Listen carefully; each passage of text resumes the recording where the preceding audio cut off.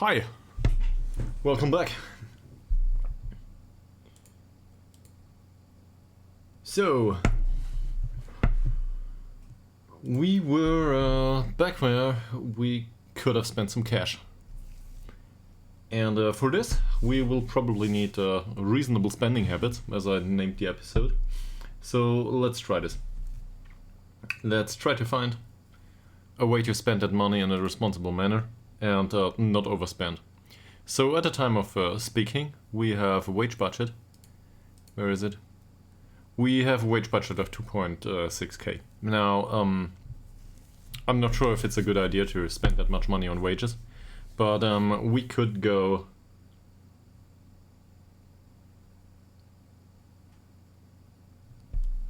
Okay, free transfer suggestions. Yes, we can look for that. You mean over the director of football? That's probably a good idea. Where is it? Yeah, okay. Let me have a look. So there should be a director of football here somewhere. It will be... where is it? There, transfers. So we don't have a director of football. I got it. We could tell him to suggest transfer targets. Really anywhere. But I think we will need to find the position for him. So where do we need the most improvement? Well, probably in midfield. That's the core of the game for us, and our midfielders weren't that great so far. So probably midfielders. And these are all free. Let's get them in on trial immediately. Is there... Come on, why is there no offer trial button?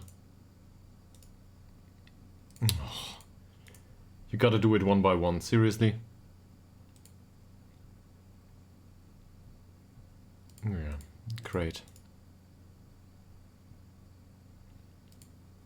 So now we're at least we're two with that stuff. This we should do some sort of aggregated video with all of these UI stuff things. Same not only for the offer trials here, but also the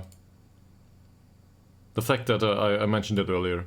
The fact that if you go for player role here and open it, why is this a pop-up? There is so much space here. Can't we just look at the player attributes at the same time? You really want me to remember the player attributes once I set up the specific instructions? What is this?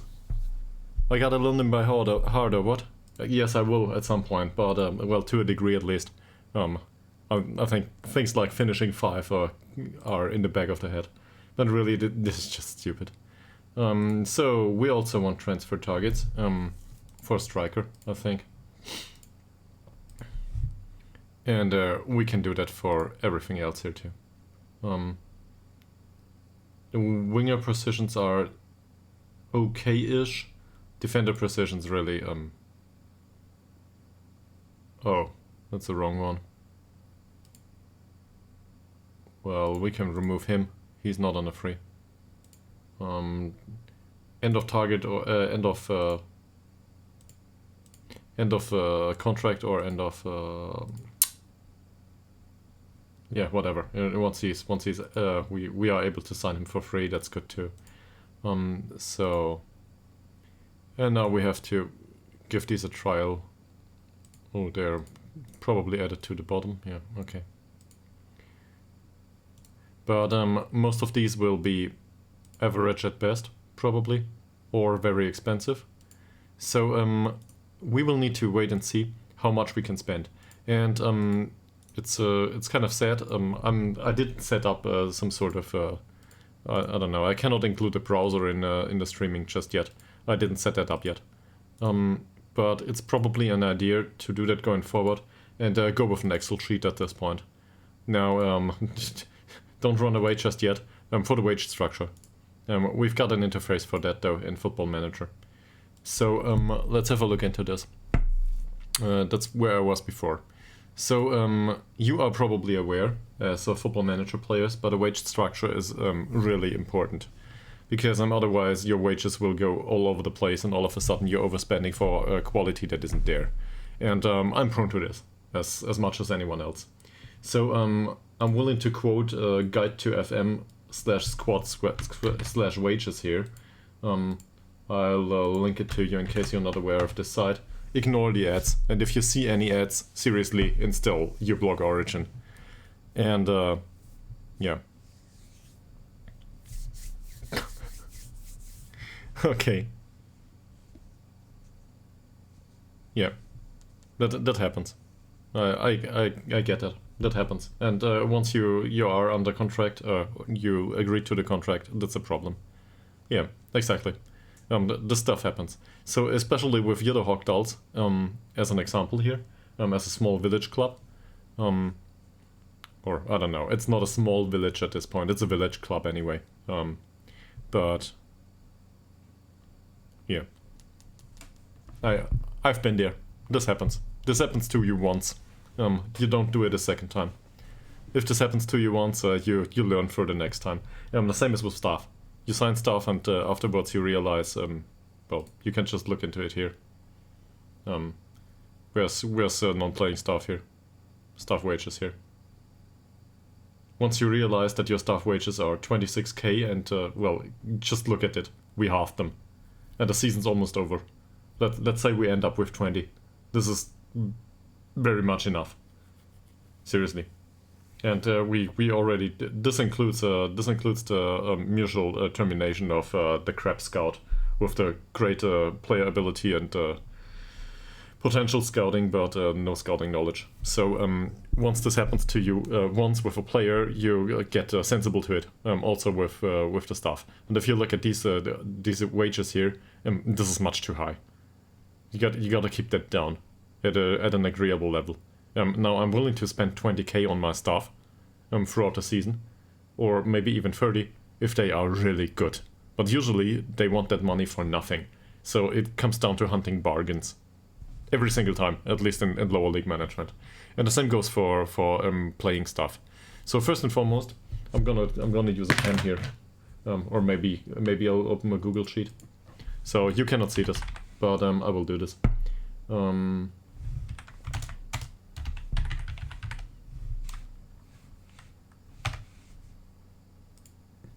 So I will open a Google Sheet and try to determine the amount of money we are willing to spend for our players. And we will go with, let's say, half of the current wage budget. Because to be perfectly honest, where is it? This would ruin the club financially. This is not possible. Especially if we get appropriate non-playing staff too. This doesn't work. Our current wage budget is already much higher than we are used to. Now, to quote Popple here, we gotta be careful not to stick to our current habits and to think that this will suffice. At some point, we will need to spend that money to move on and to grow. So, if we want to grow, we need to spend some money, but we gotta increase it slightly and responsibly. So, for example, going for 1k per week right now is a serious increase for us, but it's still way below the wage budget. Going for 1.5 would be risky from a financial point of view. And we can calculate that. Because, well, 1.5k means times 25, right? That would mean we spent 78,000 euros on wages every season. That's a shitload of money for this club. So probably not a good idea. Maybe 1,000 is enough. Or maybe 800 are enough. So what we can do though, is we can target a certain wage structure and not go above it. So in this case, let's say we target 1,000. So first of all, I'll go with the current wage structure and just look what it costs. So over the entirety of the season, this is 43,000 euros, what we spend on player wages right now. Is this horrible? I don't know. But let me put it that way. we are already taking on some risk there, because this is basically the entire sponsorship income, and we might get thrown out of the cup in the first round. If in the first round we lose against a lower league team, we're fucked financial wise. This doesn't work.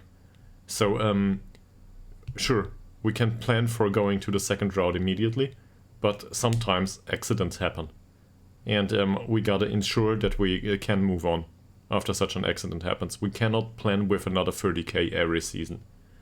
Well, we can, but it's unresponsible.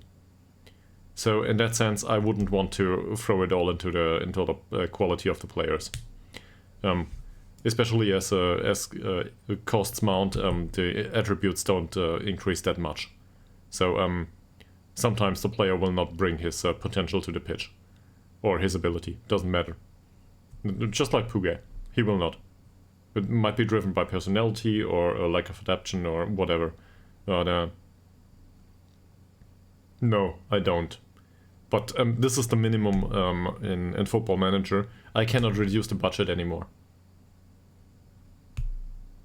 Yeah, and it's I have the possibility to deal with all of this on a basically roam free. So you cannot see the calculator here. I really would need to include that at some point, but yeah, it's just a Windows calculator really. So if we want to go with a wage structure, in the sense that I just linked, let's say we go with 1,000. 1,000 is not too much. So we take that times 52. That obviously is 25k. Not 25, 52k. Sorry. So the 52k are already a bit risky for us, but in order to grow, we would be perfectly willing to accept that. Now, next of all, so say we target 52k.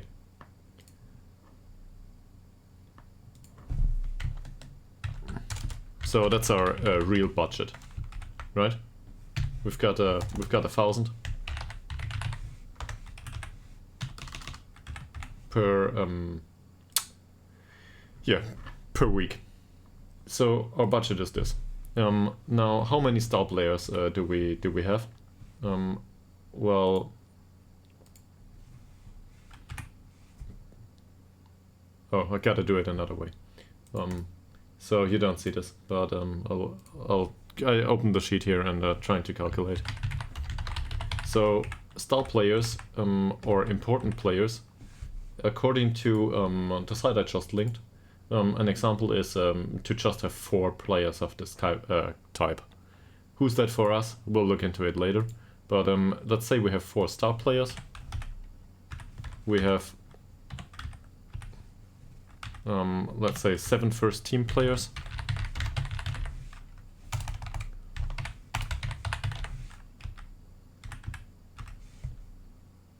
And well,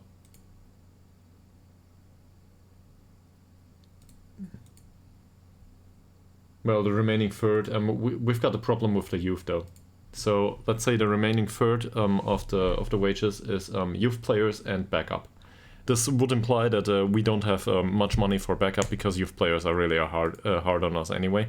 You can see this here. Can I drag and drop this? No, I cannot. So apparently even in 1440p this has to be the entire screen here. I cannot drag this up. Another UI improvement. Who's interested in that graph? I'm interested in the table. Okay. So on star players we don't spend enough. That's how it is. That's also due to the fact that 2 of them are important players only, but that's okay.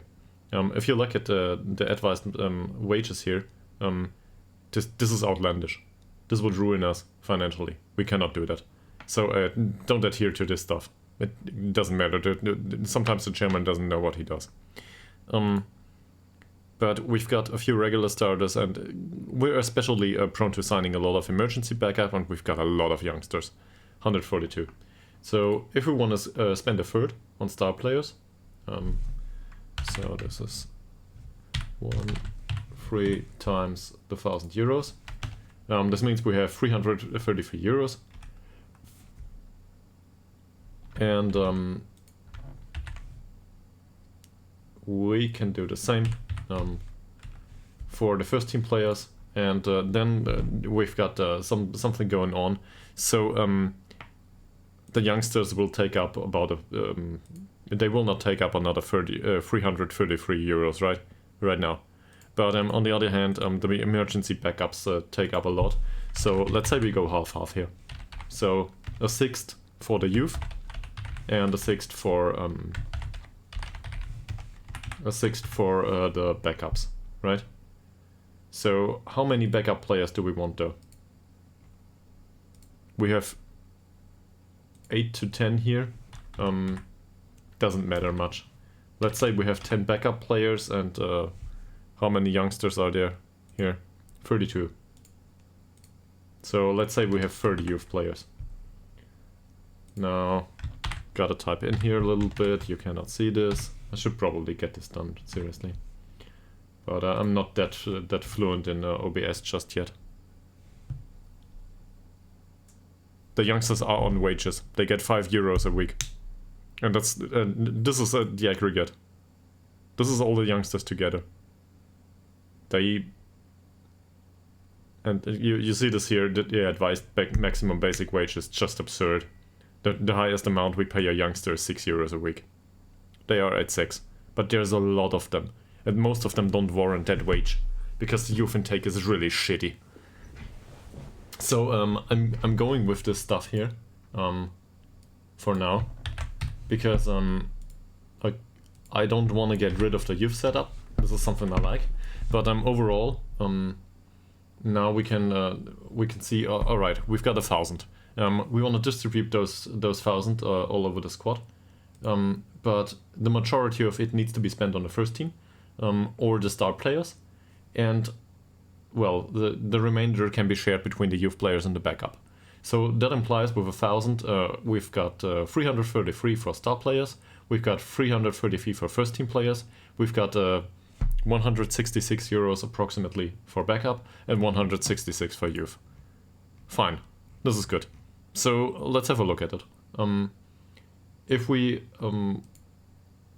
well, star player in our sense is star players and important players. So let's say important first team, backup, and youth is our categories, roughly speaking. Now there's an in between.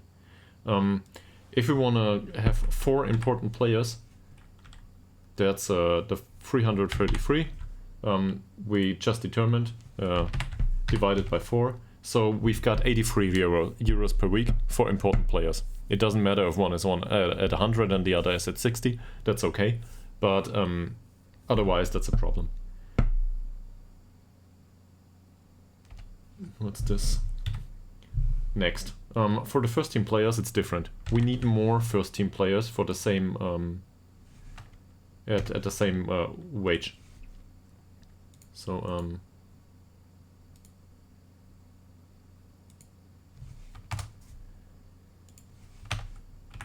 here we go. So the 333 euros need to be divided between approximately 7 players, and these 7 players cannot earn that much due to the way we divide it. So now the sheet here tells me that I've got approximately 45 euros for a first team player. If somebody wants to earn another wage as a first team player, he will not have it. And I'll come to it in a second. The highest paid player should earn about 50 or 55 right now. So we are below that. But we need to be careful, especially with the first team players, because most of them want to earn 50 or above at this point. And these first team players are not worth it. They are not options for the future. So this is one of the serious issues. Also, the backups are too expensive. I'll go into this in a second. Exactly. So for the youth team, we've got approximately 5 euros per player if we consider 30 youth players to be a thing. But seriously, the youth team is a waste of money. It's not a huge waste of money in the overall picture, but it's a waste of money. So whoever we can get out on loan or get rid of because we don't think they have any potential, this is good. Our youth team in Ytterhogdals especially is probably made up of either high potential players or English guys, just because we need to adhere to the instructions of the club. So we will try to include players there that have English nationality going forward.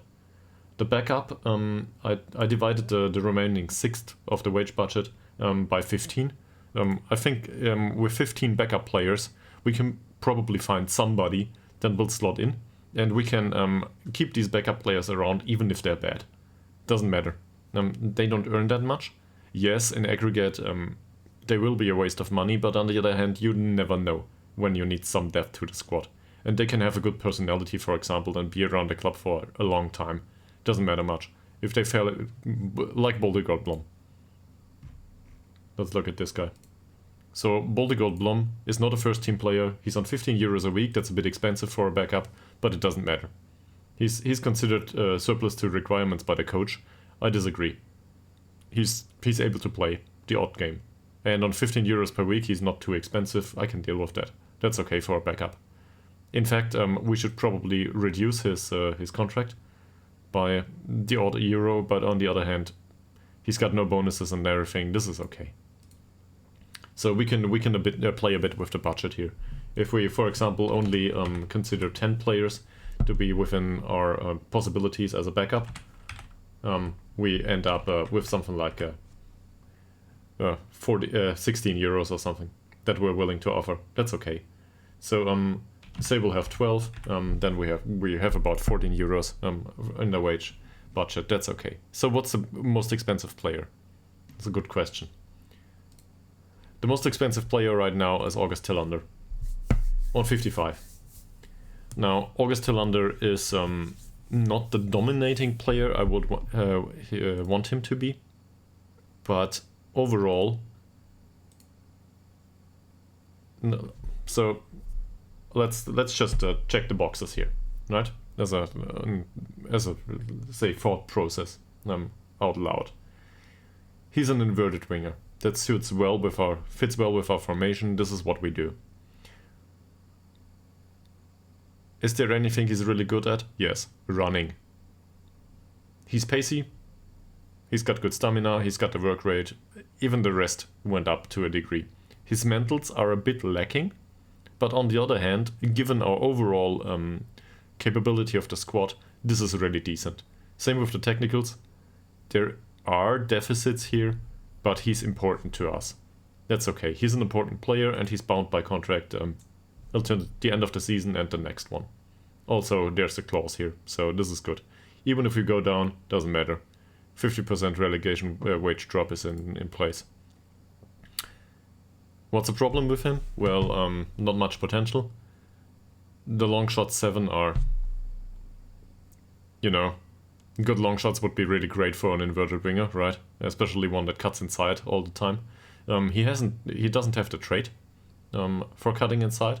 That would be an idea. On the other hand, I'm not sure if the workload's worth it, but we might train him on that.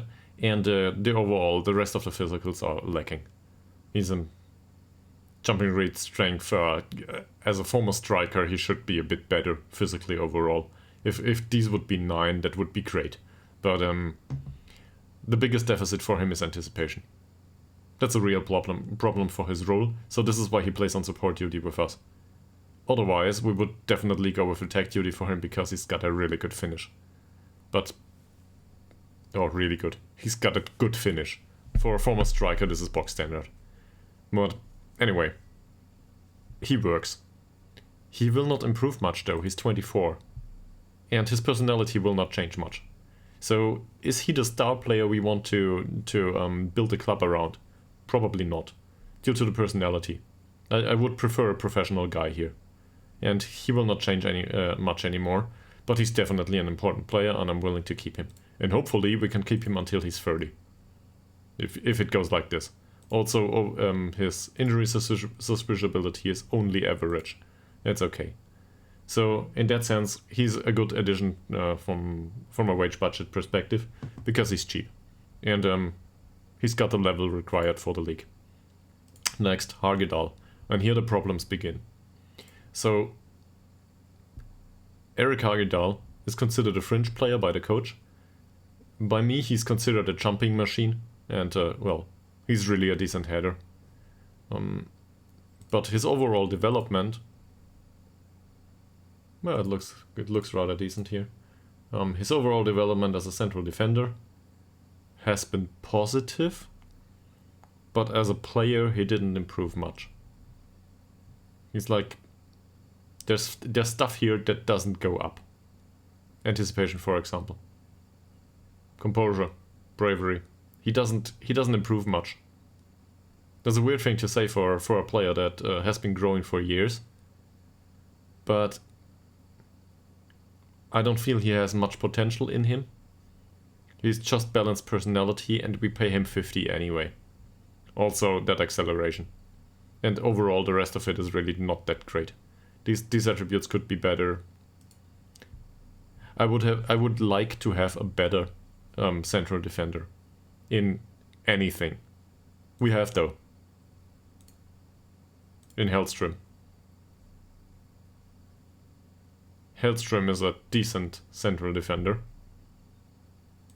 But not so much for the attributes, but more for the personality and the potential he has left in him. I think this is a good investment wage-wise. And we consider him a star player now. He's on 45 per week. This is really cheap. So how many star players are here? How many players have really have a lot of playing time? Not that many, right? Hellström, Ytterhogdals, Tillander. That's it. So, but that makes Ytterhogdals a primary target for being excluded of the squad going forward. And all of these have long-term contracts, so our job is done here.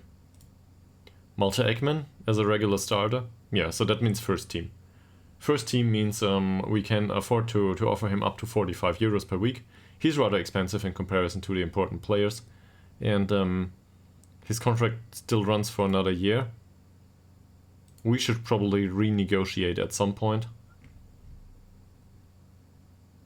But he's got a lot of what we need for a register.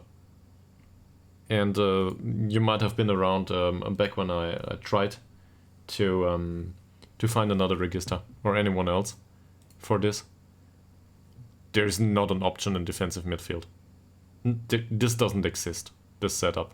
Not in our league level, especially not with the trades. And even though he doesn't give that many assists or play that many killer balls as a register usually would on a higher level, he's got it most of the times.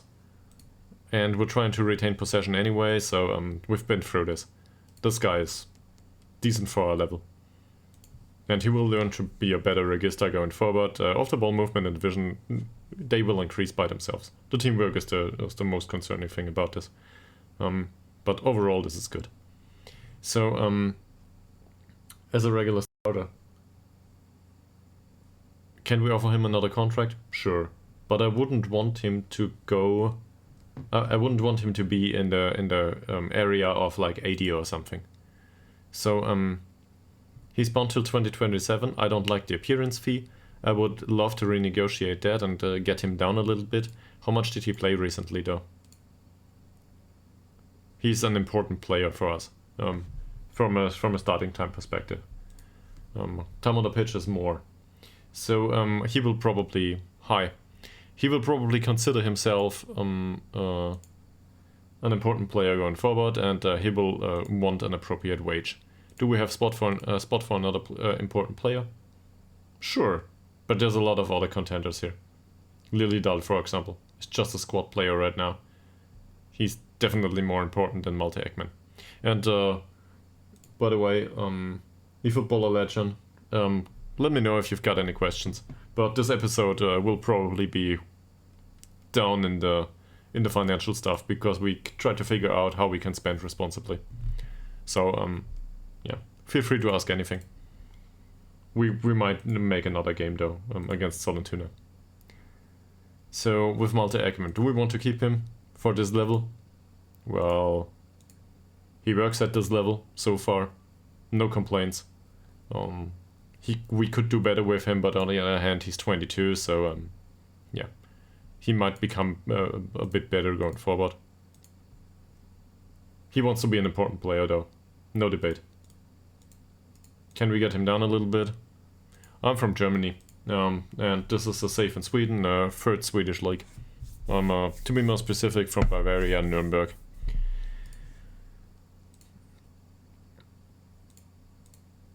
If we consider him a regular starter, that would put him in the lower wage bracket. Maybe he accepts that. No, he doesn't. And also we will definitely not play him as an attacking midfielder, so this is a no-go. That's common around here. Well, not in Nuremberg specifically, but in Germany in general. Being a fan of Bayern Munich is common. I'm from Stuttgart though, so you might have a problem there with sympathies. But yeah, I can certainly respect it. Do we want to offer him 70? That's between the wages of the regular starters and the other guys. Also, he's on a cheaper contract right now. He doesn't complain, so no, we do not. Yeah, you can be a fan of Bayern Munich as much as you want, man. It's all right. I have my affiliations with other clubs too. I like certain things about certain clubs. That's all right.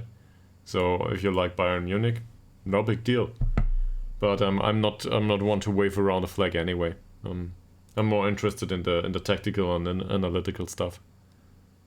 Kimmich is a former Stuttgart player, so I'm very aware of that sale. Alexander Zorniger put it that way back then when Kimmich was sold. That he still wants to know who took the decision to sell Joshua Kimmich to Bayern Munich at Stuttgart, because he wants to beat that person's head in or something like that. Yeah. That was really weird. He never made a game for Stuttgart. He was with Salzburg, I think, or something like that. Let's have a look.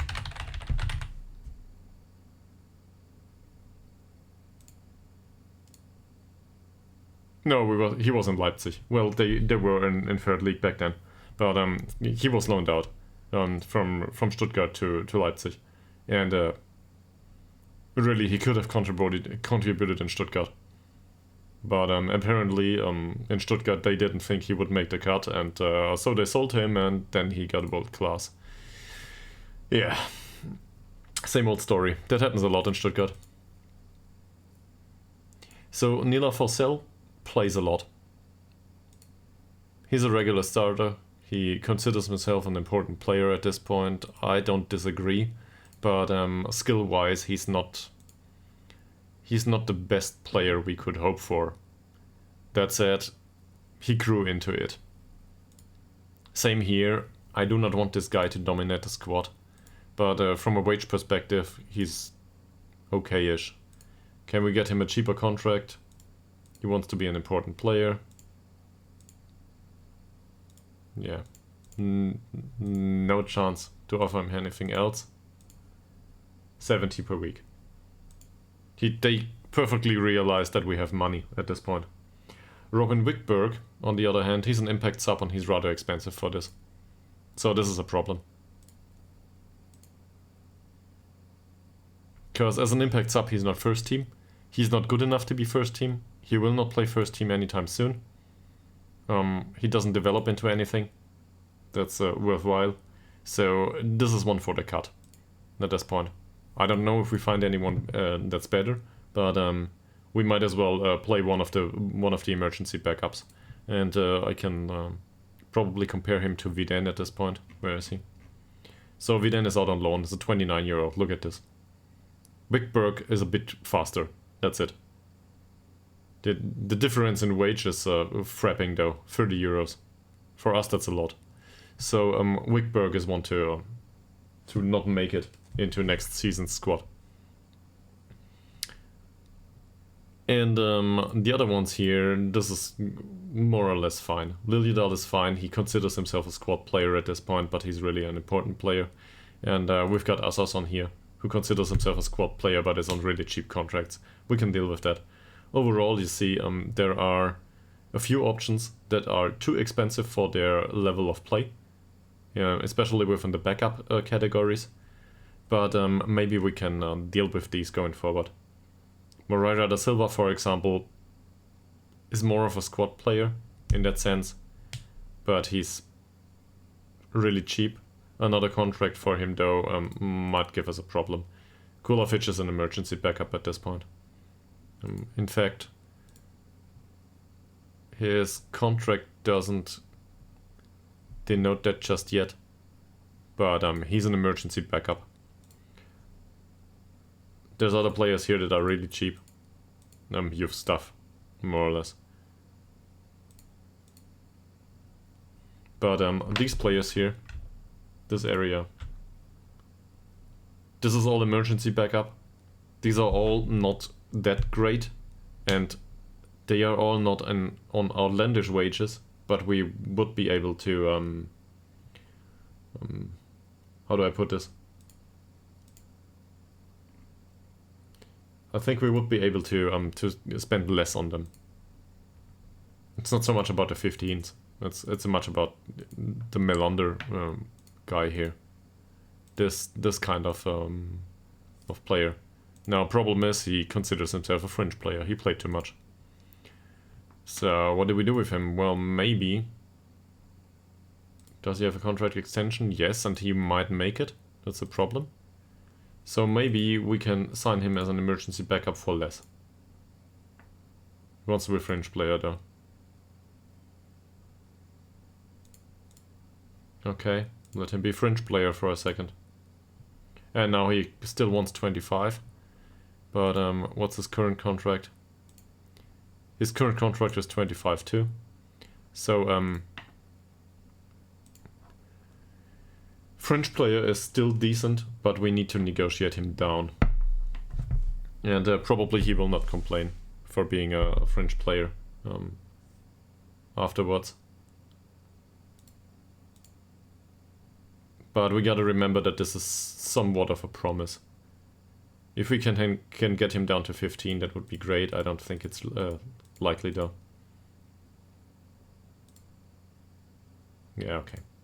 I will not continue that.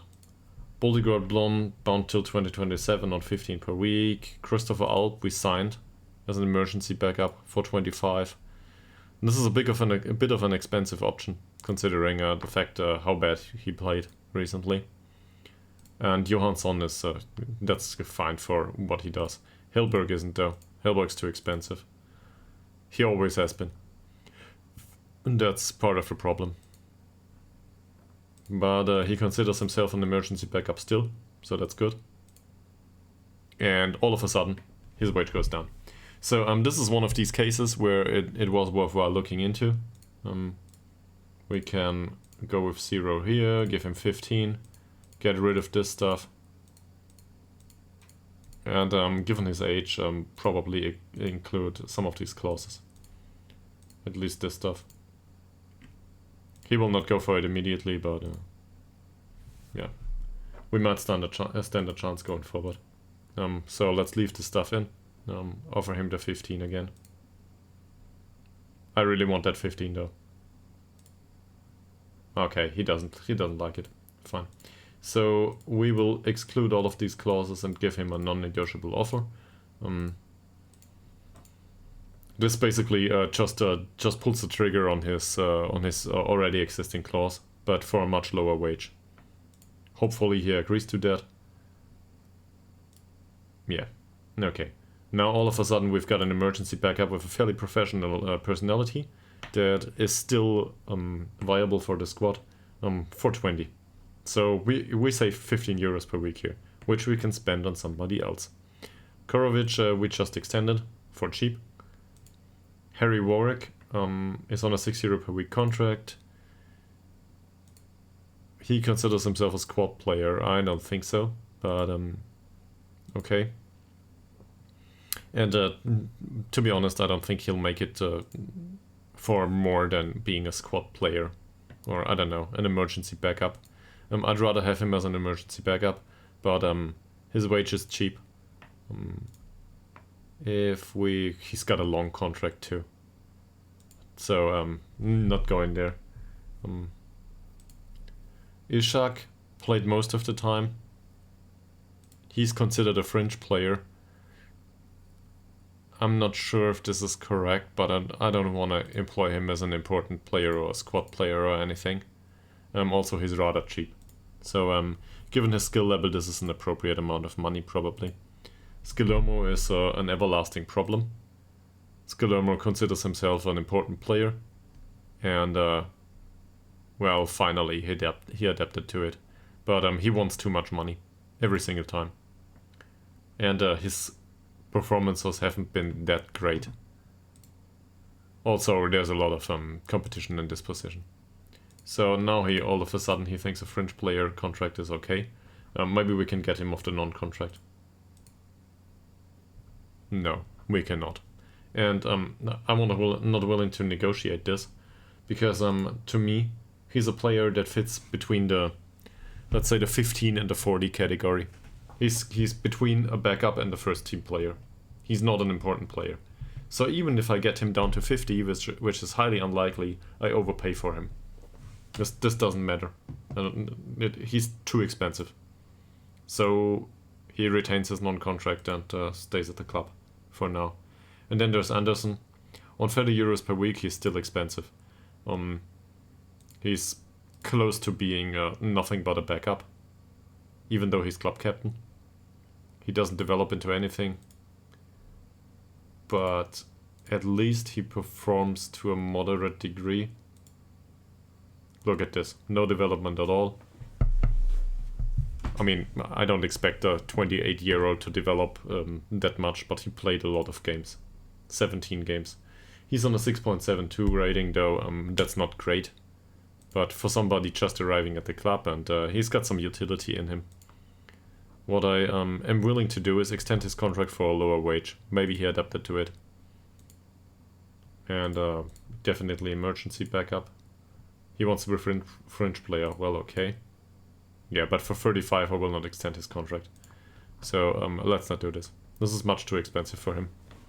I'm not going there. He's got enough runtime. And probably afterwards his personality will have had a positive effect on some players. Okay, that's the more interesting stuff. Now for the boring. What do we do about staff wages? And this is a question that is should also have a wage structure. But here we have the problem that we are not bound by anything other than the chairman's maximums. But these are outlandishly high, and there is no budget for this overall. So we should do one ourselves. Seriously. We should do a staff wages budget ourselves. What are we willing to spend on staff? And all of these are crap. I'm painfully aware. So how much are we willing to spend here on the different contracts? And which of these do we absolutely need to retain and which don't?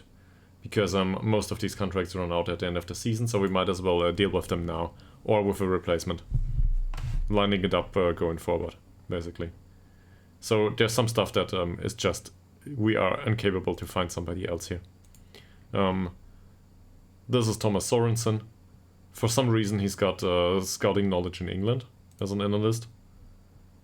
Oh, he's English, yeah. Norwegian and English. So I don't like this personality, even for staff. I hate this, to see something like this. But on the other hand, yeah, he works as a performance analyst with us, and he's even a U19 performance analyst. He's just for the scouting knowledge with us, if I'm not mistaken. Scouting, where's the coverage? World knowledge. Can we please have nations like it used to be? Here we go. We've got widespread knowledge in England. That doesn't mean much though. But the U19 performance analyst brought that to the table. So we got that. This is the only reason he's with the club. It's not like we need a U19 performance analyst, right? Doesn't matter. But €6 a week is okay for that amount of scouting knowledge. I'm fine with that. So do we want to extend his contract? Well, Maybe. Let's have a look for a U19 performance analyst. Maybe we find somebody else. Staff role. Maybe there's somebody better. You never know. These are all recruitment. Well, okay. What's important attributes for this?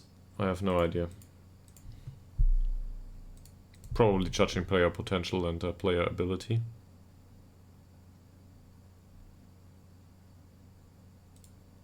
There's a performance analyst. So analyze the data and tactical knowledge. Okay. These two are good. Mehmet Yuskal and Simon Alskander. They both look like he's a mercenary. That's a wonderful personality which I will not include in the squad under any circumstance. And he's fairly ambitious, this is better. But if I offer him a contract, well, just look at that. That's normal wages. Okay, he wants to be a performance analyst in the first team anyway. Same with Mehmet Yuskal probably. Yeah, 300 per week. How about no? So this will not work. We cannot afford these.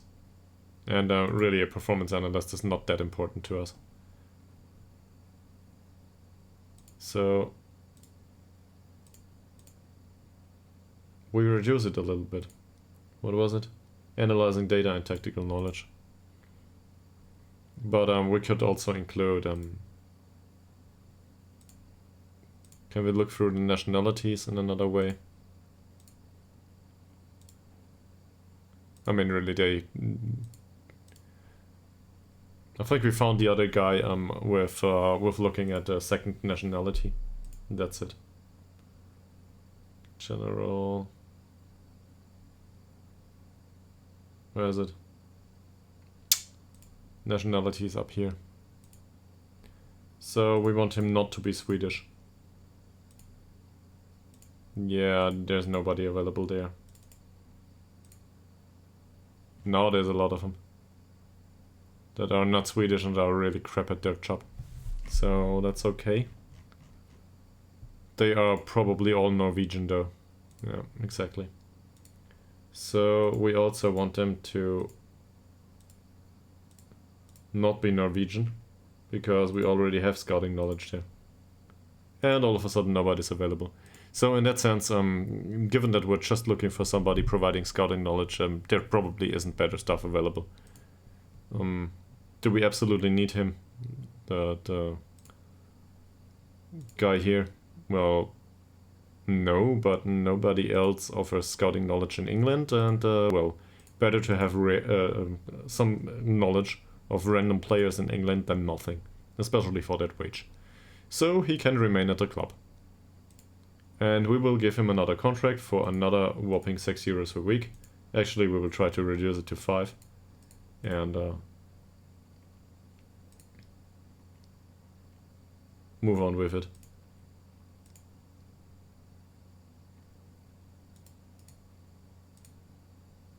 Okay, he wants the 6, so he gets the 6.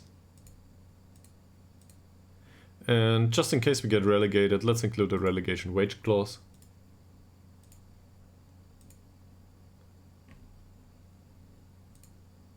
Fine. No, we would have him for 3 euros once we go down. That's okay. René Lindem. For a physio, this is a beast. I think. This is a steal for this money. Again, let's have a look into available staff. Is there anyone with good physiotherapy? That's the only thing I care about with him. We want attributes for a physio. And we've got a physio with physiotherapy 11, so yeah, this is great. There is exactly one physio and he works for us. For a steal of a budget. Also, he's got a secondary job as a goalkeeping coach, not because he's good at it, but because he was willing to accept it. So, who cares? He can support the training. Or he can't. doesn't matter. But on 8 euros per week, cool. He wants 9 now. If this is all there is to it, seriously. We can extend that contract, right? This is not big money. And we will not find another physio, that's better. So there's no use in spending more money on him. Let's offer him 7 though. Now he wants 8. Still wants 8, okay, he can have his 8. Doesn't matter to me. It's good. This is good money for that skill level. Frederick Bergquist. Now it gets more complicated. There's another physio on 9 euros a week. Does he bring anything along that we wouldn't have otherwise? I will not have this guy near the training pitch at all. And with physiotherapy 6, this is much less. Has he had physio? Yeah, he's had physio even. So with physiotherapy 6, I don't think he's a good signing.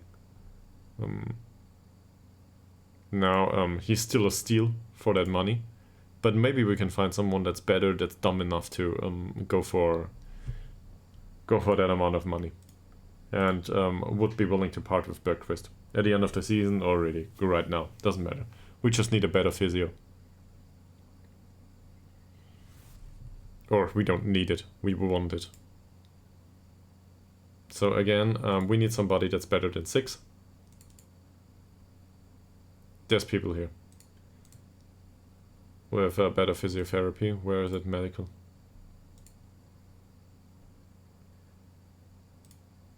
Actually, one is a scout with us.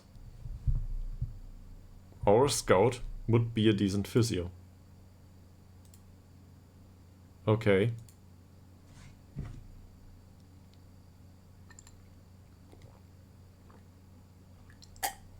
But he's on a 40 euro per week contract. So let's look for this guy. He would be a decent physio, but he will not come for us and work as a physio. He considers himself a manager. Yeah, well, okay, director of football. Anyway, because as a director of football, he probably shouldn't have these. So this will not work. On 8, there's nobody else. Well, we don't know of anyone. And then going down to 6, all of a sudden we encounter our own staff. So they all are on 6. He can be a coach along the way, maybe. But not for that wage. Ytterhogdals, 29-year-old physio, doesn't have any idea of anything else. He's from Norway. Yeah, sure. This is how it will go down. We will overpay you. He's lighthearted, that's not the worst of a... Also from Norway. That's good. So all of a sudden we found somebody. He's better. So personality is okay. And in comparison to Bergquist, he's the same in physiotherapy. Well, the one has we don't need scouting knowledge in Sweden, do we? So to sign him as a physio is a wash. And this one comes at 9 euros a week. And the other one comes at 8 or 7 maybe. So we will sign him. Oh, he considers himself a U19 physio though. So we might need to increase that. And not increase his wage. For 3 months? No. We want you long term. And at the end of the season really. But okay, let's try this.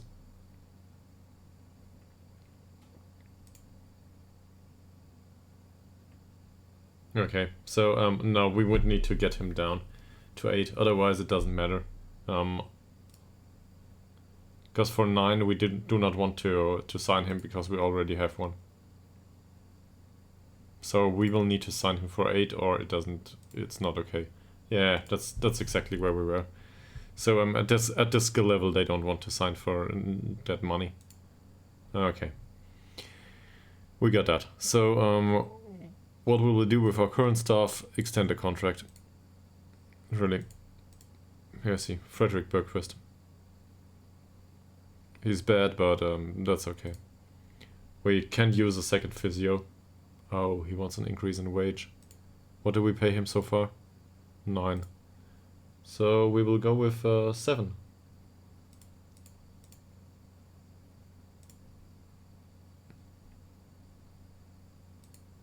Eight, maybe? He doesn't like it. So they usually accept a similar contract going forward. For 9. Given that we have alternatives, I'm willing to gamble on it though. Really, he can come onto a month-by-month contract. Who cares? No, he doesn't want that. Okay. Then we have Anderson here as a coach. Now things get more complicated probably. Coaching. We have really bad coaches overall. Actually this is impressive. So the goal going forward is to improve coaching above or beyond the 1-star rating, at least. So I want these all to be 2-star, and I'm willing to spend a little bit of money on it. So we don't have to employ coaches that earn 10 euros a month, and we can have coaches that earn a little bit more, or we can have them earn less, but get them out on coaching courses. That's also a possibility. So who are we talking about right now? Christopher Anderson. Christopher Anderson, what does he do for us? Nothing? What's going on there? Am I stupid? Oh, he's a coach for the U19. That's better, I guess. Okay, he's U19 coach. So in the U19, same problem. What does he do here? He's the coach for this. For tactical possession. His best coaching category would be here. Not much of a difference though. Problem with him is the mental side. If you look at the right, down here at the screen, this only comes to a sum of 22. The rest of it is fine. So he's got a mental problem. That's probably not fair. Not a nice thing to say. He's also studying for the Continental B license though. So we already paid something for him. Now, of course, that can be a sunk cost. So don't want to fall into that fallacy. But he might improve going forward a little bit. And overall, he's got a 2-star rating in his training category. That's okay-ish. So the standard we're trying to adhere to here is we want every coach to be at least a 2-star coach if he trains one category. We'd rather have more staff around that is cheap, and each of them can do one category, right? That would be fine. So can we keep him? Yes. And we don't want to pay him too much. But he isn't paid too much anyway. But for that cheap of a wage, we will find something to do for him. We got that covered in the U19 at least. So even if we toss the rest around, this is okay. And he will finish that studying for Continental B at some point. For next season, this is okay. He can remain here. This stuff has to go though. And yeah, he will not agree to longer contract times anyway. Let's go with 8 or 9. Maybe he accepts some of this. 9 maybe? Come on. Don't be like that. Okay, now he wants the 10. We will give him the 10. We will not include the clauses here. Maybe he accepts this, maybe he doesn't. He does. So no clauses. We don't get any serious money for him anyway. But we extended his contract for next season, and that's okay. He's part of the U19 coaching squad, so that's alright. He's got the capabilities here. Zacharias Ludlin. This is a fitness coach, an overall fitness coach, and his fitness coaching is 1. He's got scouting knowledge in Guinea though, for some reason. And we pay him 15 euros a week. I think we can all agree at this point that he doesn't contribute anything.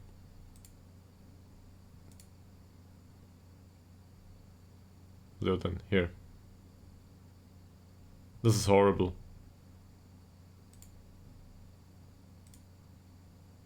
He's not on a course either. No, yeah, seriously, we needed somebody to do that coaching. But at this point, if we get rid of him... Okay, I'm bad at it though. But is there somebody else who can do this? There. All of a sudden it got better. These get reduced. These got reduced. Yeah, there's a reason why we signed him. But it's better to let Marius Nielsbakken do the fitness coaching at this point. Because he's got fitness coaching 7 and a really decent overall sample of attributes. So Zacharias Ludlin can go. In fact, he can go immediately. How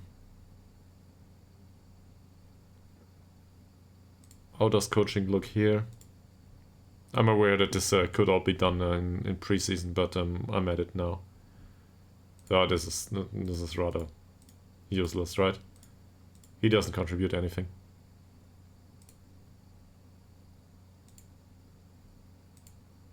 Okay, last but not least, he has scouting knowledge in Guinea. So this is the only thing that's relevant for him at this point.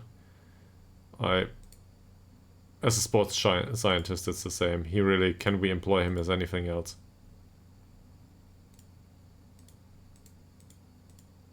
Don't think so.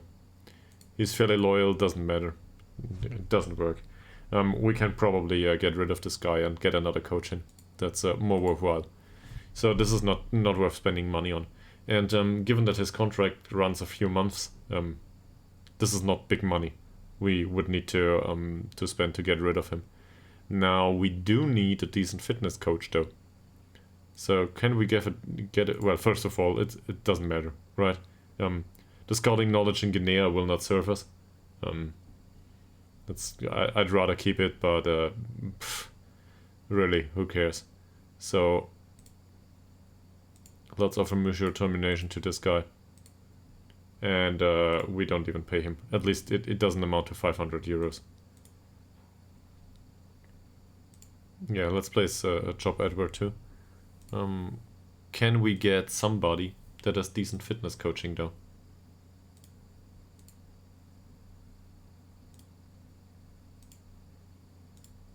So definitely not with this.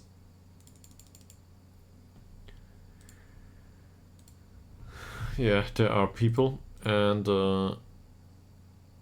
they consider themselves something else. This is physiotherapy, this is the wrong one. But there are people with decent fitness coaching. He's fairly pro, and that's the director of football that we just failed to sign anyway.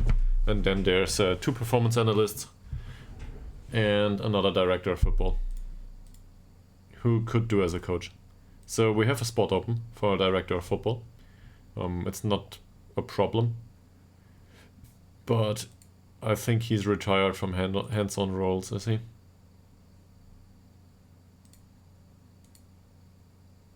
Not sure. He's on an amateur contract. So the idea here is to sign him as a director of football and to shove the coaching job in. as a general coach, really. He can coach a lot of things. And also the mentals overall, this is 32, so this is good. He would be a good coach. But he wants to be director of football for 300 euros a week, so I don't think so. That's too much money. Him here, unambitious, I really don't want to have him at the club. And this guy, he's fairly loyal. So we want him to coach though. Fitness coaching, really. And if I look at this overall, the fitness coaching is great, but determination level of discipline and motivating are horrible. So that would be a disaster, even though his fitness coaching is good. I should probably cheat here, or I don't know, cheat. I should look up the actual star rating after employing something like this, but he's lacking a lot of points. The 8 points of fitness coaching will not make up for the lack of mentals.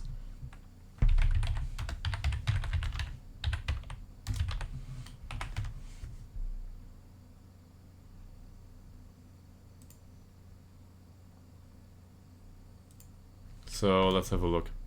Determination is 4. Level of discipline is 4. Motivating is 1. Fitness coaching is 8. This is for FM21, but it doesn't matter. Free defending is 1. Tactical is 4. Technical is 3. Mental coaching is 3. And then there's goalkeeper stuff, which we are not interested in anyway. Yeah, that makes him... Well, in fitness coaching, it makes him a 2-star coach. So that would be fine. In strength as well as in quickness training. So actually his fitness coaching is good enough for him to be a decent coach. But this stuff is really annoying. But he doesn't want to be a fitness coach anyway. Now we could offer him a job as a fitness coach.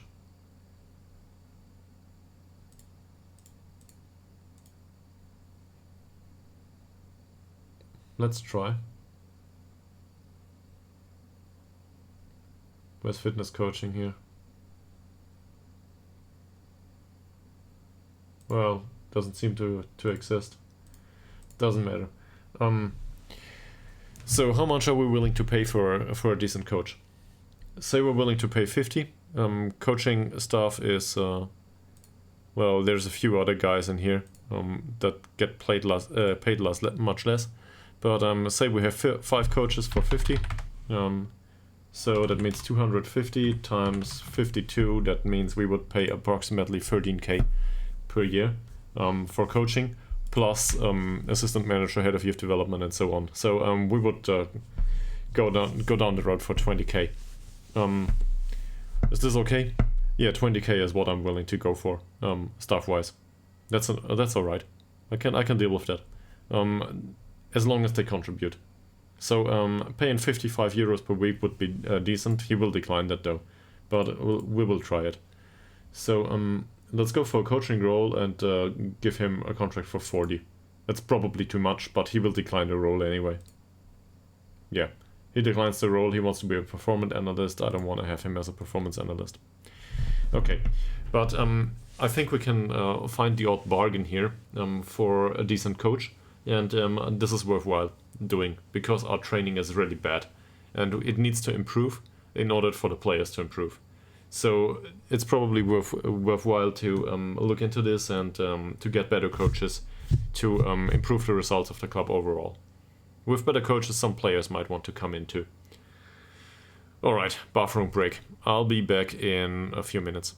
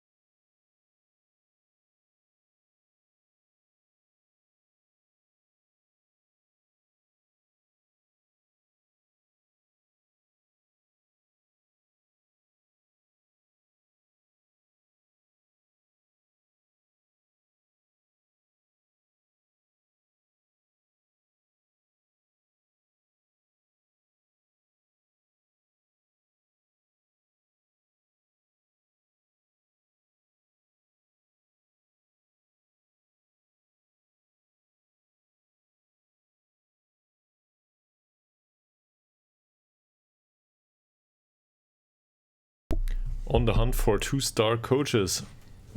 Well, at least that's some of it, right? Okay. Can we find somebody that's worthwhile? We should probably go through the current stuff, though, and try to determine if they are worth paying for. So, current stuff, where were we here? Andersen's got a new contract offer on the desk. Then there's a manager here. He is a former coach turned manager at this point, and I think with these attributes you can probably guess that he's worth keeping. Hendrik Diggernes. So he's a U19 manager.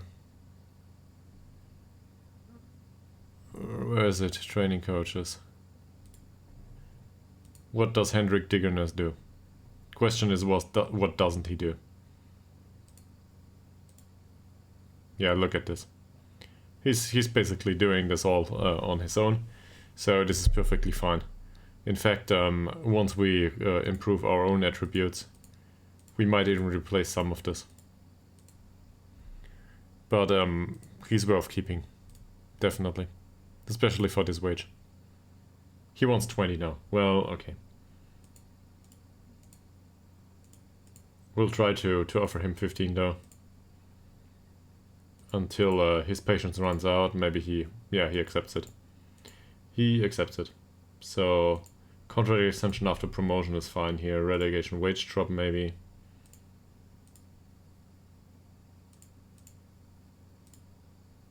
Yeah, wonderful. This is a fantastic contract for us, at least.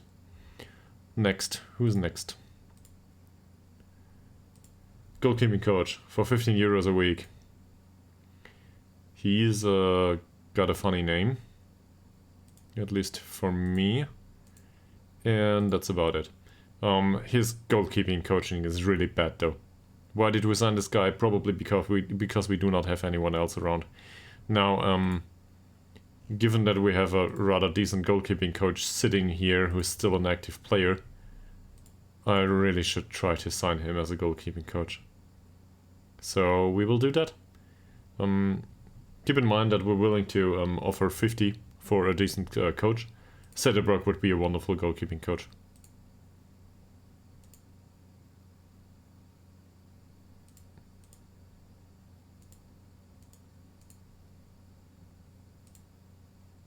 He wants to be first choice goalkeeper at this point. Yeah, okay. I can deal with that.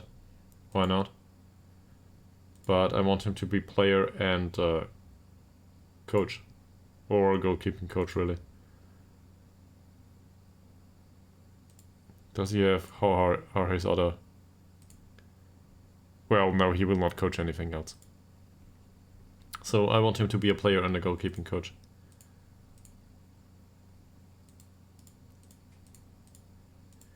And given that I know that he will not accept this because he doesn't like it, let's throw money at him. So let's go the completely other way. He wants 15 euros a week. We want him to be a coach. All at the same time. So let's pay him 40. Or I don't know, something outlandish. For our level at least. Let's try 30. Doesn't matter. And we will try this.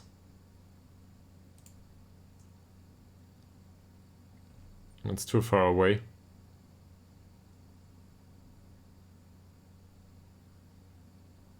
Where's the menu? The menu suddenly disappeared.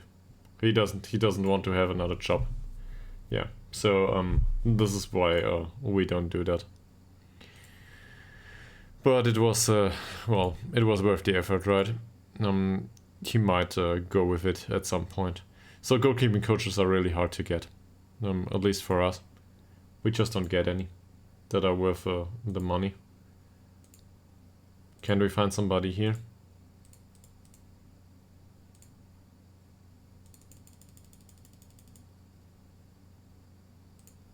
Yeah, there are some people. Some of them even work as goalkeeping coaches. Andreas Elsbacher. Joachim Olsson. Antle Johansson. He's not interested in being a goalkeeping coach anymore, probably. Emil Nilsson. Unambitious, and well, this looks better than what we have. And this is concerning with the 16 points here. Emil Nilsson is a little bit better with 24. If we slap into one of these calculators,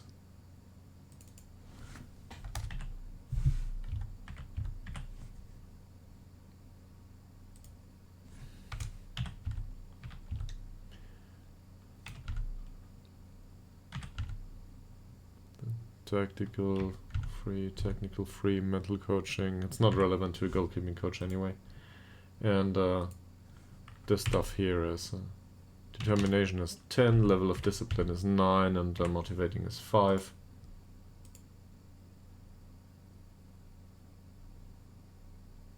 Then we get somebody who's a decent goalkeeping coach. He would be able to do 2 stars in each and every category. He's on a part-time contract for 95 per week. Yeah, he wants 100 though. Great. I wasted time. So we're not willing to pay that, because it's double what we're willing to pay. So I will walk away. What about him? He wouldn't make it to 1.5 stars probably. Let's try though.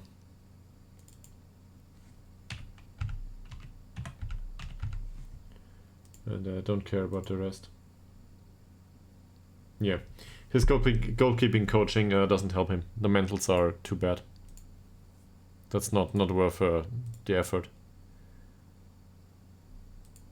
Joachim Olsson would be great as a goalkeeping coach, but he wants to be manager. Oh, he would sign as a coach, but for 200 a week, this is a hard pass. Antle Johansson. His attributes as a coach and especially as a goalkeeping coach would be fine. This is great. 34. This would be wonderful, but he's too old. He doesn't want to do that stuff anymore. He wants to be a scout for 275. How about no? So we're stuck with these guys. 200 a week, hard pass. And then we have this guy. 375 per week, also hard pass. Is there anyone that's worse? Still willing to sign for us, maybe. I think we got these. This one should be the first that's new. So he's a fairly pro. He's 5'4", only. But this is also 34 points. This is great. Overall, he would be decent. 200 euros per week. No.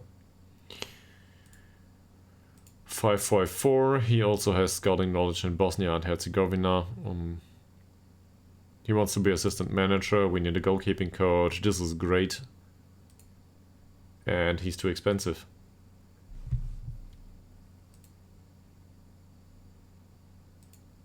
Yeah. Let's do a second save there, right? I realized that this kind of searching for staff is really boring, but you find the odd good staff member there. So this is only 23 points. This might be a bit of a problem, but overall the attributes are decent. We're trying to find the first cheap one.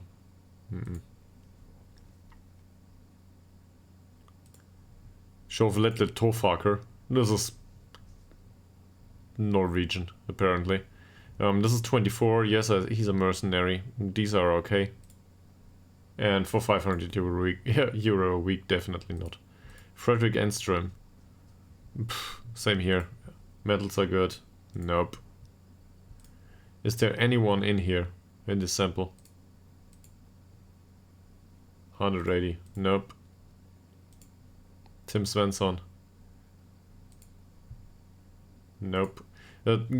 Keep in mind the board would be perfectly fine with us paying for these guys. He's cheaper. But so I'm gonna delay that for a second. Let's slap his attributes in the coaching in the star calculator first. And we will see sooner rather than later why he's that cheap. So fitness coaching is 1, doesn't matter much.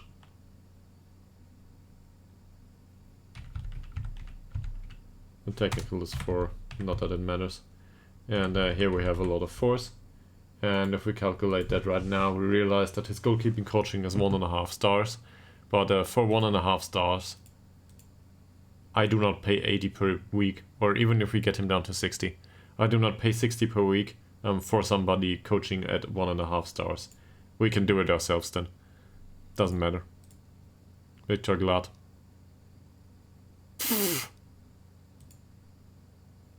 Same here.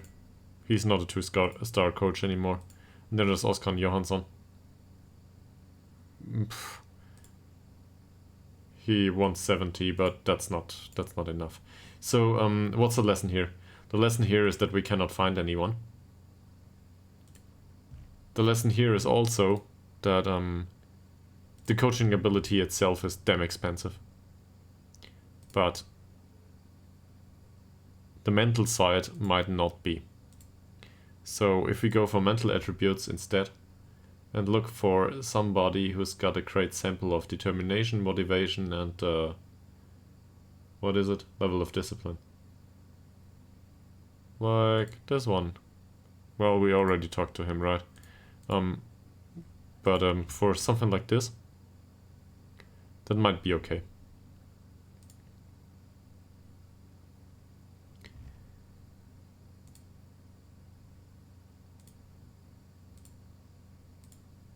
Okay, so we include these. We also include determination, what's it, level of discipline, motivating. Let's go back to each at 5. Get these down to 3. Doesn't matter to me. And we try to find somebody that's strong on the mental side.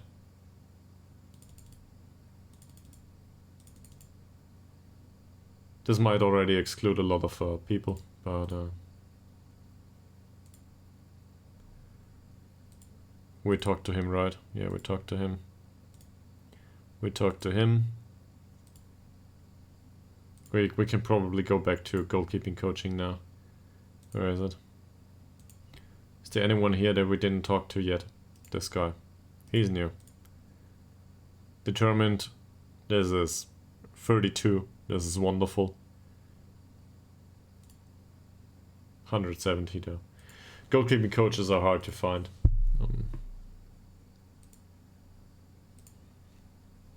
If we reduce the requirements here and just go with a really crappy goalkeeping coach. He wants to be scout, so no use talking to him. How about this guy? He brings some scouting knowledge from Ivory Coast too. Too expensive. This is why we have a goalkeeping coach with 1 point in goalkeeping coaching, probably.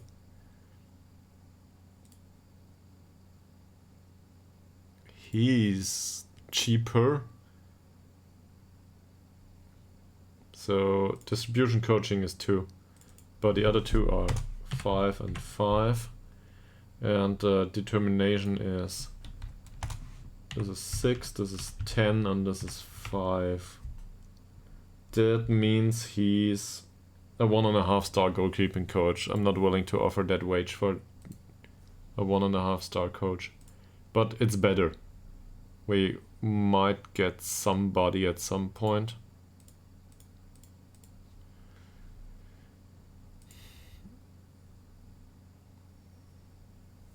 $10.87. That might be better.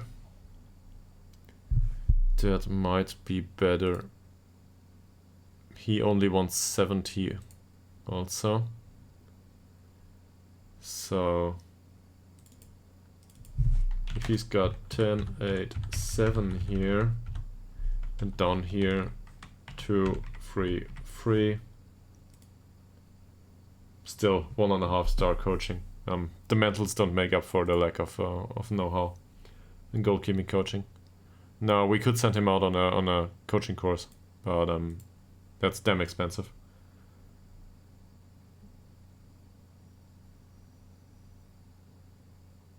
Christiansson, unambitious. He is rather cheap.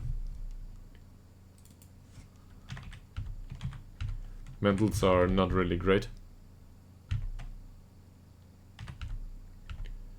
And this is 3, 3, 3. So for him, he is 1.5 stars at everything. But he would be willing to sign as a goalkeeping coach for moderate amounts of wage. So either we get him up to a certain level of know-how. He doesn't have any qualifications just yet. This is not a good signing, but it's a tolerable signing. Oh. It's because he would go for U19 goalkeeping coach role. Let's go with a normal one and reduce this to 30. Yeah, now he wants 60, so this is not worth it, I think. Swordland. Spirited guy, 6-10-6 is much worse than what we just had. Yeah, shows.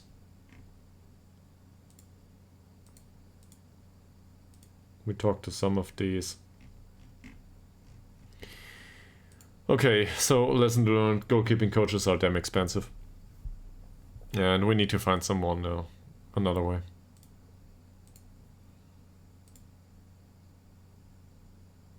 We want the goalkeeping coach. Rest of the staff. So we've got 2 coaches here who are rather cheap. And he's really good on the mental side. That might make up for some of the deficits. He's got a national C license though, for some reason. Norwegian, that's of no concern to me really. So 20 euros per week is cheap, not a problem. Can he do 1 category in 2 star? Probably. I'll slap this into the calculator just for a second. It's easier at this point. 5. Oh no, it's not sorted.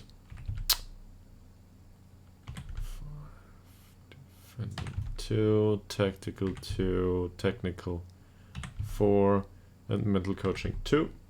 And this is 2, 1, 3. So he's a 2-star star coach for technical possession and for the attacking areas. That's okay. We can use a coach there. He can do one of these going forward. That's fine. I might even extend his contract for another year, sure. And we'll try for 15. Obviously. Okay. He doesn't have the nerves, but sure, let's go with 20. For that time, this is good. Also, definitely relegation wage drop, please. But this is 2-star material, that's okay. And his contract doesn't run long. So as soon as he finishes his contract, or his contract negotiation with us, as soon as he accepts, we will get him out on a coaching course. That's still cheaper, and we can have a 2.5 star coach in 1 category at least. Geir Nestang. I don't think this is a debate. I'll just slap it in to be sure, but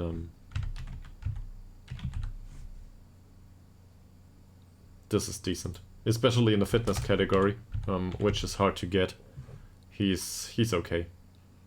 Attacking is 9, defending is 7, tactical 6, 5, and then mental coaching is 8. And there's a bunch of 1s down here. This implies that this guy is a very good fitness coach. Well, 2.5 stars. For us, this is very good. He's a good coach in tactical possession, tactical defending, in all attacking categories. This is a no-brainer. We need to sign this guy. And for that money, absolute no-brainer. We'll do it immediately. That money is well worth it. Fantastic. So we got him. And even though he's a general coach, doesn't matter. That's good. Marius Nilsbakken we signed for a reason as an assistant manager, because as a coach, this is 32. This is good all over the board. He can do a lot of things in coaching. This is of great value overall. I'll just slap that in too, just to be sure. But no. Again.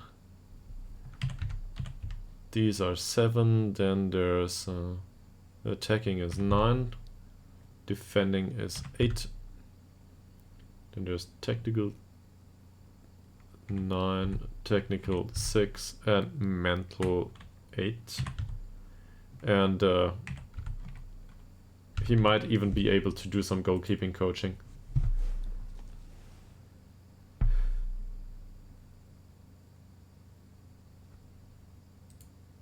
Great. The website doesn't respond.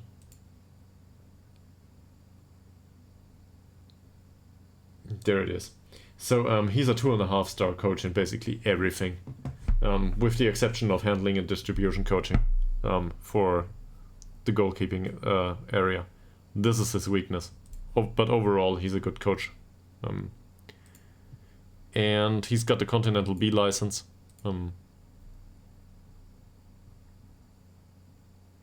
There's a reason why he's on a longer contract. He wants 30 now, okay. He earns 25 though. As an assistant manager, this is perfectly fine. Also, these attributes are decent for us. For an assistant manager, that's okay.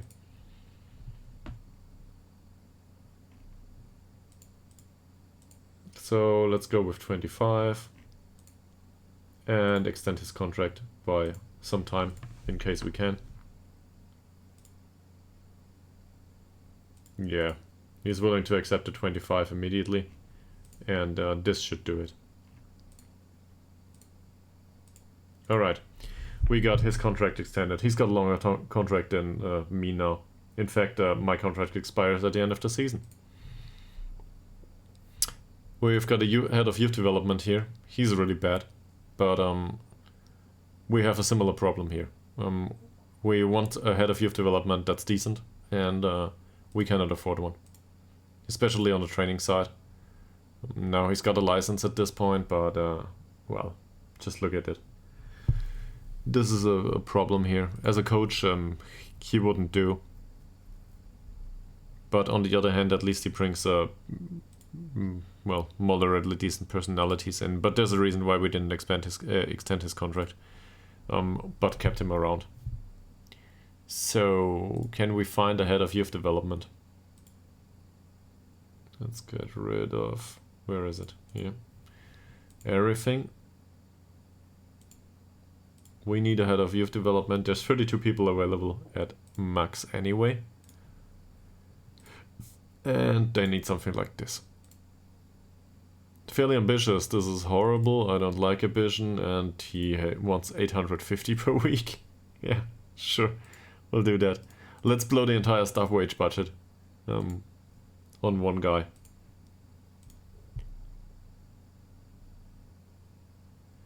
$7,700. He would be balanced. It's much better, but still much too expensive. He's got scouting knowledge in Pakistan. Fairly loyal is not the worst. Much too expensive though. Broughton. Mercenary. Wonderful idea to sign a mercenary as a head of youth development. Vardar, mercenary too. Peter Simonsen. I mean, he's balanced. 140 is too much though. Yeah, also that's scouting. Yeah, not scouting, that coaching. Espen Mire. He has extensive knowledge in England. That is something. That might include some English players in the club immediately. And he's too expensive. Lindmark. Norway and Sweden. That's okay with me. Much too expensive. Nyang. This is interesting to me. This is too expensive though. And he's also a really bad coach. But the scouting knowledge is great, right? This would be wonderful. There would be the odd US or a Gambian player coming in. So we were... This is something else. We're here with Nyang. Angelo Dahlberg. Fairly ambitious. Pfft. I mean... Sure, but no. Foxganger. This is a good personality, by the way. I would love to have him. 650. Yeah, sure. He's a realist. That's not the worst of personalities, but for 200, definitely not. Was this Strömberg? No. Strömberg, he's a slack. This is a horrible personality, and I would not want him anywhere near the team, but he's too expensive anyway. Then there's Jonas Odda Steinbacken. As a head of youth development, this would not be a good idea. He's only balanced. He's dirt cheap though. And now we gotta look at it from a coaching perspective. So between spirited and balanced, really there isn't much. He's media friendly. Balanced with media friendly doesn't say anything. And this is not good.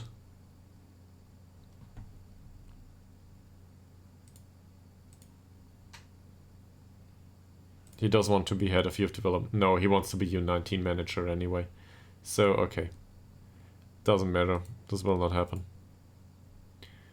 He's fairly ambitious. I don't want a fairly ambitious one. He's balanced. I don't want that. Gemichi. He's a former player. And personality is unknown. This guy needs a trial. If he accepts it, that is. Jakob Jensen. Very adaptable, very bad at coaching, very expensive. Storebro, fairly pro. Fairly pro is good, the coaching, and overall, if I look at this in a coach, I think, well, okay, he might be able to do 1.5 stars, but if I look at this, forget it. Piero Mattison, fairly ambitious. Akar, he's balanced. So balanced is not good for us, and the coaching is bad, but he's got scouting knowledge in Turkey, and 650 is much too high. Muhammad Akar, is that the one we just tried? Yeah, sorry. Paul Andre Rione. What a name. Born in Trondheim, Norwegian. Kevin Jonsson. Fairly loyal. He would be cheap enough. Fairly loyal is not the worst of personalities. I'll slap this in the coaching calculator for a second, but this will not go down well. He doesn't have the attributes to contribute on the pitch as a coach. So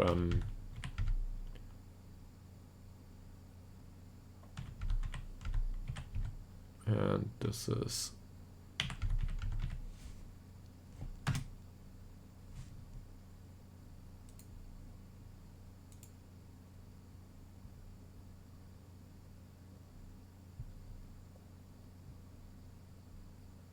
yeah, here we are. 1.5 star coaching for defending, possession and attacking. That's not the worst. But for the U19, I'd rather have a 2-star coach, really. So I don't think I will sign him. Wähler. Also, he was fairly loyal, right? Yeah, fairly loyal is not a personality I'm too fond of. Valsenius, balanced. No. Esterling. This looks better. Low determination, though. And no. Matthias Christiansen, he's light-hearted. He's light-hearted. That's not one of the worst personalities in the game. He's also damn cheap. And he's a bad coach. But at least we would get rid of the wage. If this is what he is going for. No, he considers himself a U19 coach. So, let's have a look though. He might be a bargain as a coach. How is his qualification level? He's got national C license. Unflappable is a good personality. That implies that he has well, he's resistant to pressure.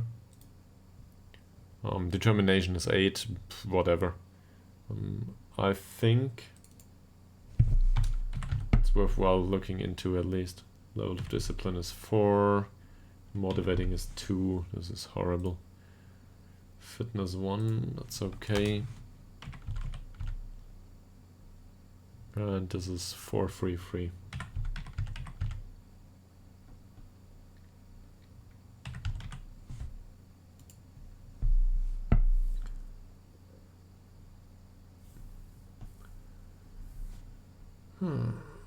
Well, he's a 1-star coach for most of it, and for defending and possession, he's a 1.5-star coach. Not good. So I don't think so. This is ours. We know that guy, we know that he's not good enough. But we pay him, what do we pay him? 30. 30 per month. Dennis Sojquist, he's unambitious.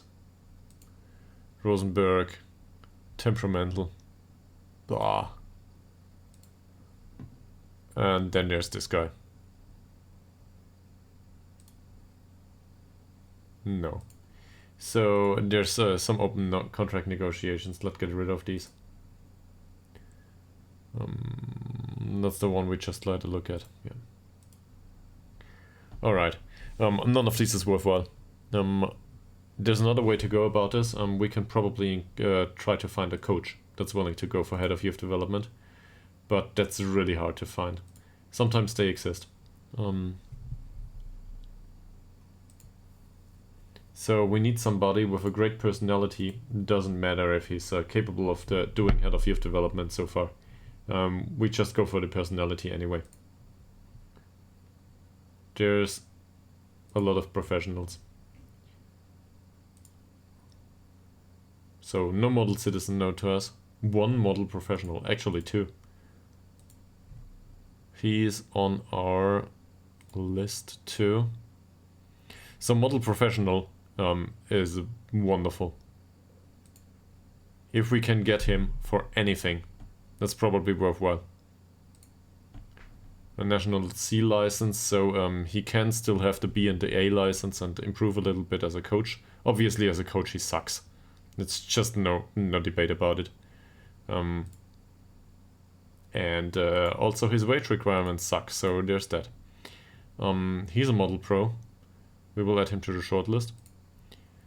Yeah, sure. So he's a data analyst. Doesn't matter much. This will not happen. And head of youth development, no, this will not happen either. But on the other hand, he's probably dirt cheap. Yeah, 6 euros a week. Okay. Can we find a job for this guy? Anything. Only if the board agrees to it, right? So, what does he want to be? Recruitment analyst.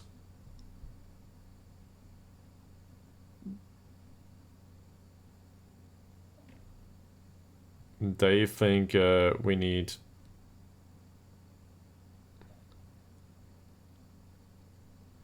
So let's try to get a recruitment analyst.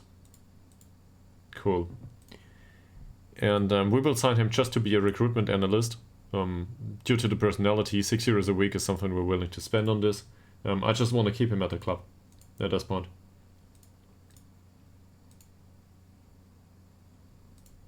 Just to be an influence on the rest of the squad. I'm not even aware if this is how it works, but it doesn't matter. Okay, fine. You can have your €6 if the board agrees to it. Doesn't matter. That's also down to the fact that, first of all, he's 28, so he may improve in anything. And second of all, we can probably give him another job at some point. So, probably not this. But say we give him head of youth development as a secondary job. He will not do the training, but the people coming in will be model professionals. And they will probably be really bad. But they are really bad already, so who cares? On the other hand, is there other good personalities? Well, professional is decent for a head of youth development. I'll look into Resolute first. Nobody, so forget that. Professional. Can we spend money here? He wants to be a technical director. I would be willing to deal with that, yes. That's okay. Overall. Coaching attributes, and he's... I mean, this could improve, sure. But as a head of youth development, that would do. He wants to be much more expensive, though. This is more about ability and less about potential.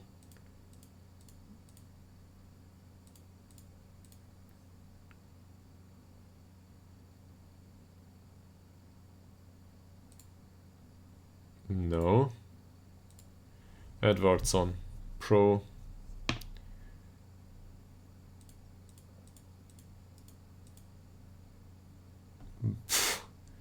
That's not even a good coach. That said, though, well, he doesn't know how to do the role. But this is not worse than what we have. Wage is worse, though. Allman wants to be a manager. How about you manage the youth team? 90. No. Ernberg, recruitment analyst.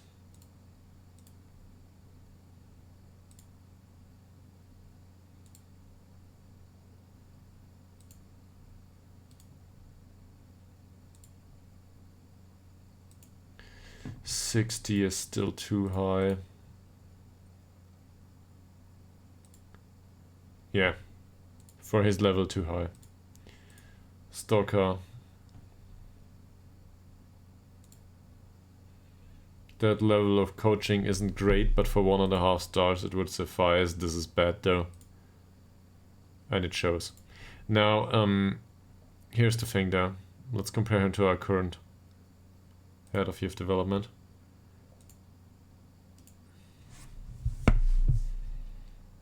He's worse. But he's also cheaper, maybe, if he even accepts it. So he considers himself a U19 manager. I don't think that will happen anytime soon. He might go for head of youth development though, if we offer it to him.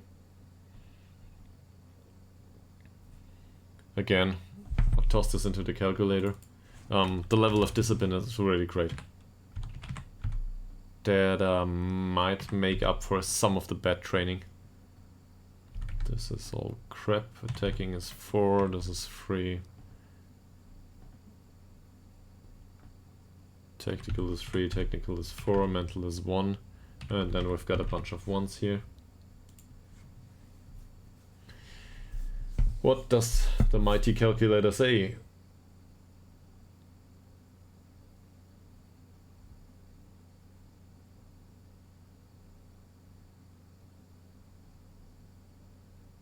Nothing, apparently. There we are. So, you wouldn't have guessed it, probably, but due to the level of discipline, this guy is a decent defending coach and a decent attacking coach. He's good for us, especially for that money. So if we can sign him as a head of youth development, yes, the youth intake will have lower quality, but it will be professional. And sure, we need to do that, okay. But can we have him as a head of youth development? I'm not sure if he's interested at this point. Don't know. Let's offer him 20, this is fine.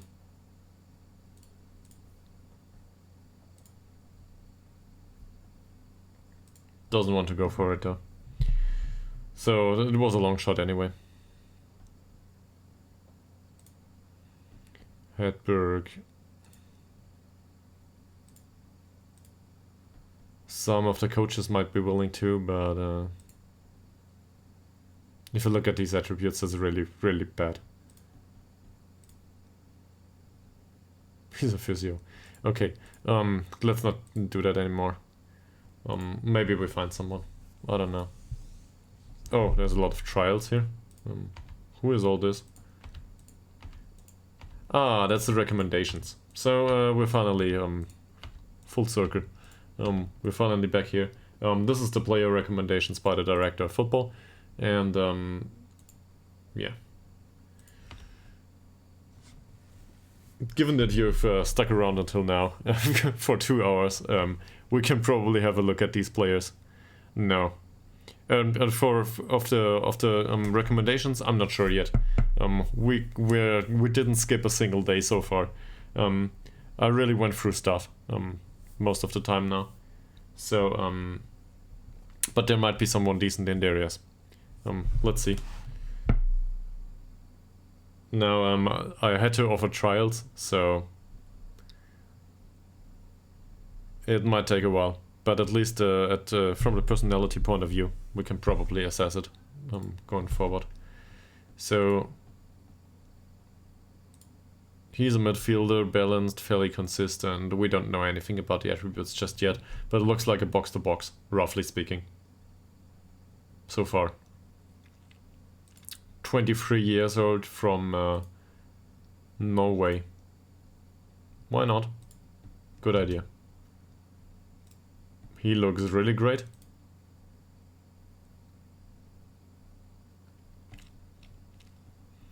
Yeah. Well, both of them actually. But this guy, he's 29. He's spirited. This might be a signing. If I look at this, this looks good.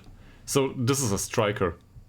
Good in the air, decent passing, consistent, enjoys big matches, decent player apparently, can play a couple of positions which I don't care about, can be retrained as a left winger, so he's probably left-footed, spirited.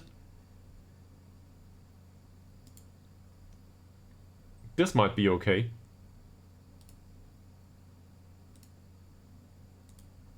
Now, he might be very expensive though. But if I look at this from the averages, this might be good. He might not be willing to sign for us though. Right? That's part of it. So we will need to get through the next match, but Spirited is good. And he's a passer. Okay, he's got good vision. Yeah, exactly. Le Gray. Decent finish for a winger. Well, he's a probably former striker, but balanced. 33 years old. That's probably a pass. Preben Hille. Consistent though. So yeah, as a passer, maybe. Not sure if we need somebody like this, but we'll see. Yeah. But that's okay, really. Sometimes you get those 30-something-year-old guys, and somebody comes in on trial and you look at them and they're really bad.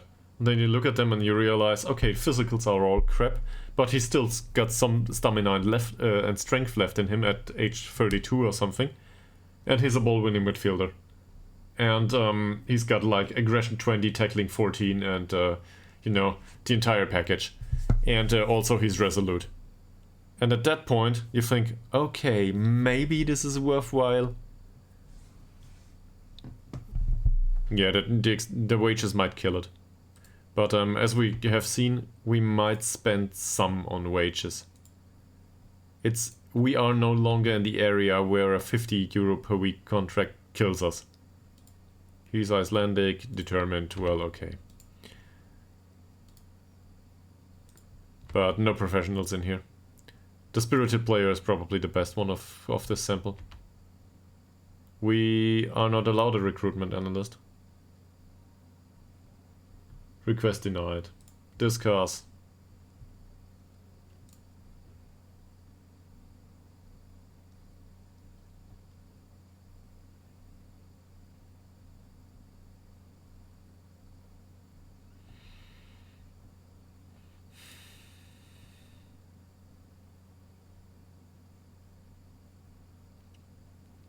Fine.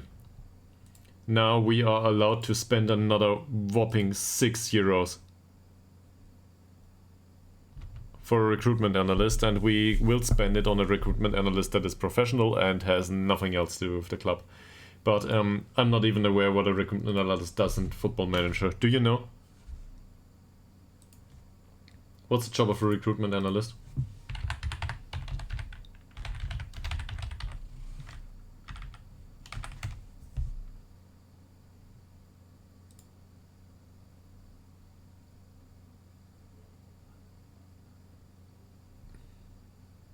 Yeah, so I googled it.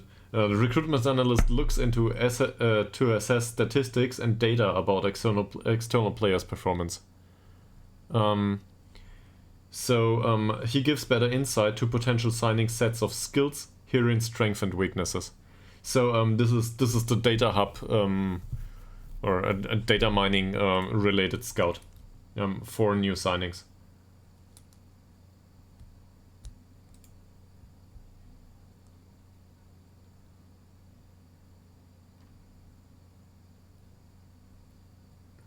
When you scout and analyze players, the recruitment analyst has input. So the recruitment analyst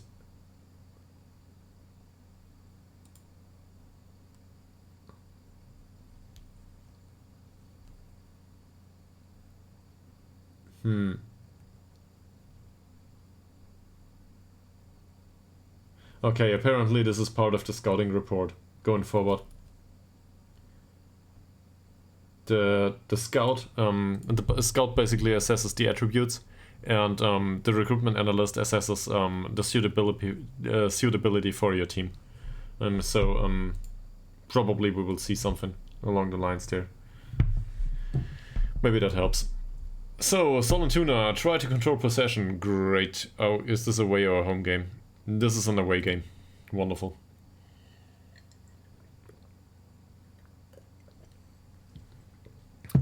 They should play out of defense, and if I look at this looks fairly familiar to me, more or less. Well, with the exception of the poacher, which is really good though. Ouch. And this can hurt. Reminds me of Oliver's one, but yeah, this can hurt.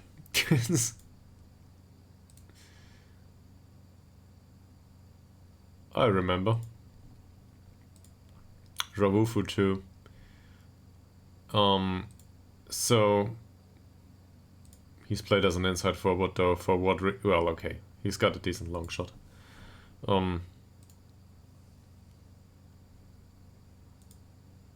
Let me phrase it that way. I do not feel comfortable going against these in a formation that relies on giving space to them. But if I look at all of these players, this is not a squad that is destined to go down. These are very good for our level. And here's Keck. Yeah, I remember him. I think against this squad we will need a lot of luck. And given that it's an away game,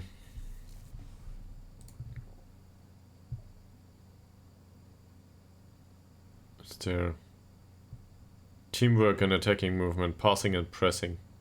Great. No defensive shape so far.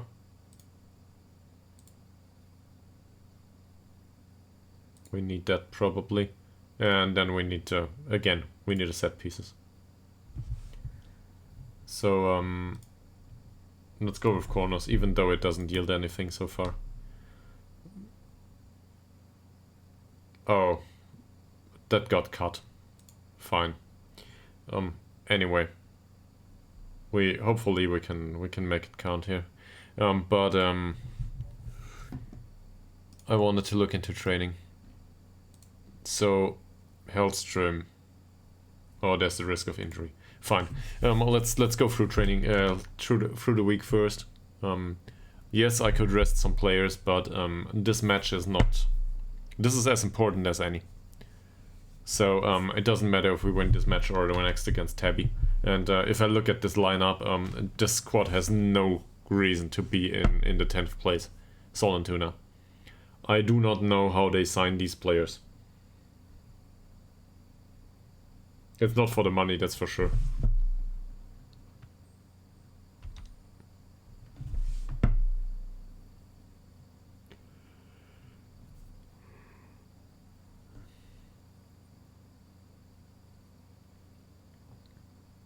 Maybe we can get a point against Sollentuna. Well, how many matches are there?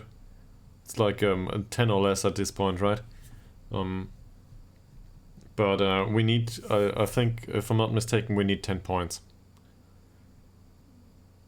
So...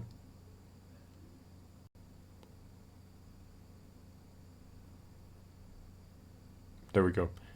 Does it matter if we get 1 point per game or... well, obviously I want to win, but we should be able to see this through. If we don't start losing all of a sudden, we will get the accidental point from time to time, and there's some opponents in there that we just flat out need to win, because they're much worse. Tabby's a problem though, same as Sollentuna.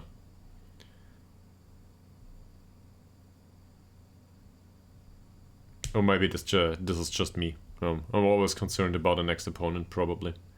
And in that Sollentuna squad, that inverted winger really looks good, the 18-year-old. Man, this is impressive. So, this is a training report. I will not comment on that just yet, because we've got another day to go for. And some of the players got some experience from a cup game. A bad one, but they got some experience.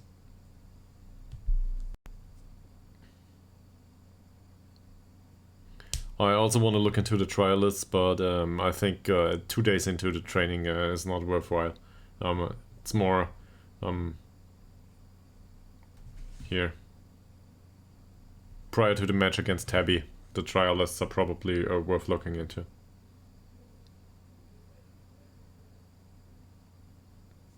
If you say so. Are you familiar with them? I'm just familiar with them from Football Manager, and we came into this division, I think. The North and South stuff got redistributed or something. So you're familiar with them, alright. Swollen tunas, well, don't feed them plastic.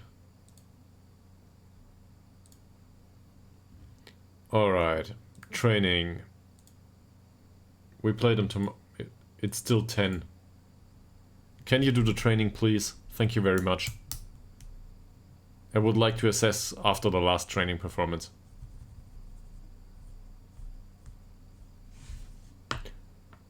Oh, seriously, press conference.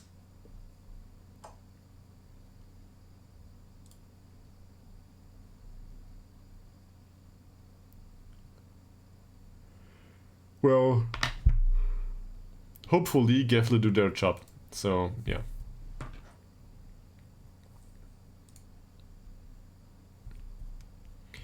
Your team has struggled on the road for a long time. Why can't you put an end to the We struggled against... What the hell are they talking about? We lost one and we won one. What's the big deal here?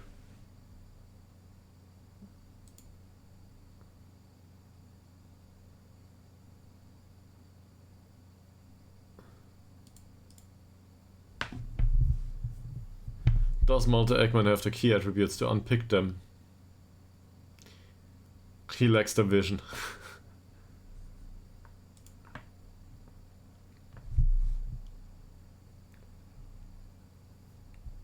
No. No. We will not mount a surprise there because they have the much better players. They are really much better. So there's nothing to do there. They will not surprise us. Or we will not surprise them. They are better. It's not as hard as in the cup game though. So maybe we can finally put a certain effort in defense. And score one on the counter maybe. Depending on how it goes. I heard that a certain player, named Meshak, is capable of running over the entirety of the pitch. Some of them already played. Ytterhogdals apparently went up and, well, okay. A few points had to be distributed there.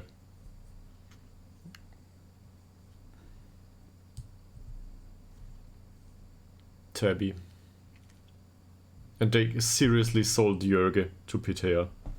And now we will need to poach him off Pitea. It took too long. Should have signed him earlier, but there wasn't a chance. He wasn't interested due to the bad performance in the league. Previously we didn't know about it. I realized that this is a good player, thank you very much. Expectations, everybody expects us to get defeated, so I will look into the schedule now. 2, 4, 6, 8 games. 8 games we got. We need 10 points. To be sure. And I do not want to end in a relegation scrap at the last day against Smetby. Under no circumstance. So we need to do this now. Which means that we gotta concentrate on this game. And gotta do our best to get at least a point. Ishak is tired though. Oh. How are they though?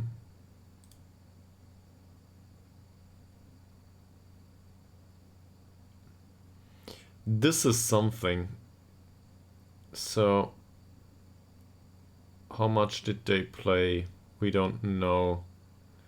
But we know that they are a bit tired. Are we willing to exploit that? Let them tire? Well, it's not like we have a chance here. We need to. We don't have our Metzala available anyway, so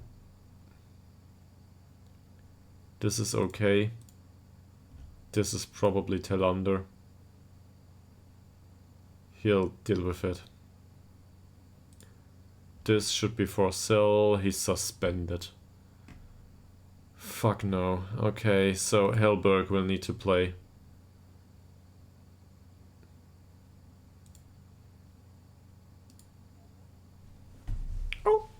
Oh. Yes, we forgot about the official warnings too. That's true. And he played on a 6.2, didn't create any chances. This is an easy one. Wonderful. I seriously forgot about that. His conduct has been wonderful. He's a good influence on the rest of the squad. Fantastic. Asarson had a bad game last time, I think. Oh no, he scored a goal, right. But, well, can we praise his goal at least? Sure. Tillander, Look at that training performance. Is this still the one from last week? Probably. He's perfectly happy now. Oh, he didn't play. What am I going for? Progress. Yeah, no. This is the performance of last week. He's in perfect morale now, though. Sederberg, this will get him an official warning. And 4 saves, 4 conceded. This is not good goalkeeping. Let's tell him. Fantastic, perfect morale, there we go. All of these, there's still not much to say about him. All of these can go to the U19 for the time speaking. For the time being. Fuck. This happens from time to time. I misclicked.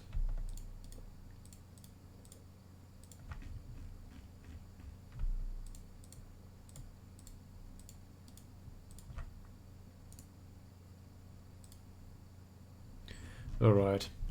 They'll be out of the squad. So, pressing forward. Ishak is tired. I realized that there's not much else to be had here. Warwick didn't train well. Kulovic is not a great pressing forward, but at least he tried. Kulovic it is. And Ishak can go on the bench. So this will...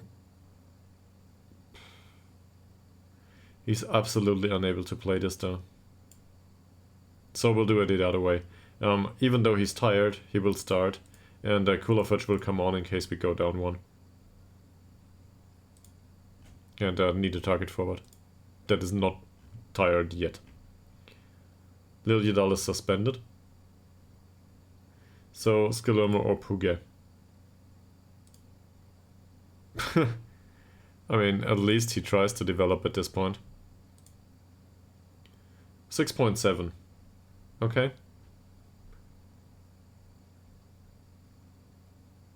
I remembered him to be worse. Let's praise his tackling if we can. Yes, we can. Sure. And on a 7.4, I'm not annoyed by him right now. Skillermo, on the other hand, he's more of a bench option at this point. That's also somebody who can play pressing forward. So, deploying playmaker. We either have Melander or Ekman. Melander is not that match fit. Ekman 6.35. This is really bad training. Melander 7.1.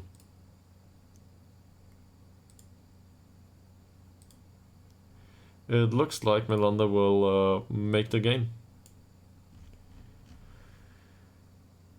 He needs to become a natural in this position after all, at some point. So might as well give him match experience and... well, he's a cheap option, right? So that's okay. Also, Ekman is an acceptable replacement on the bench. Then we've got the defensive options here. I don't want to play with no-nonsense center backs here anymore. And I'm going to go with defending wingbacks here too. This is the less defensive option, but these are the more familiar roles to most of the players. That should also be the reality for him. Maybe not by now, but going forward.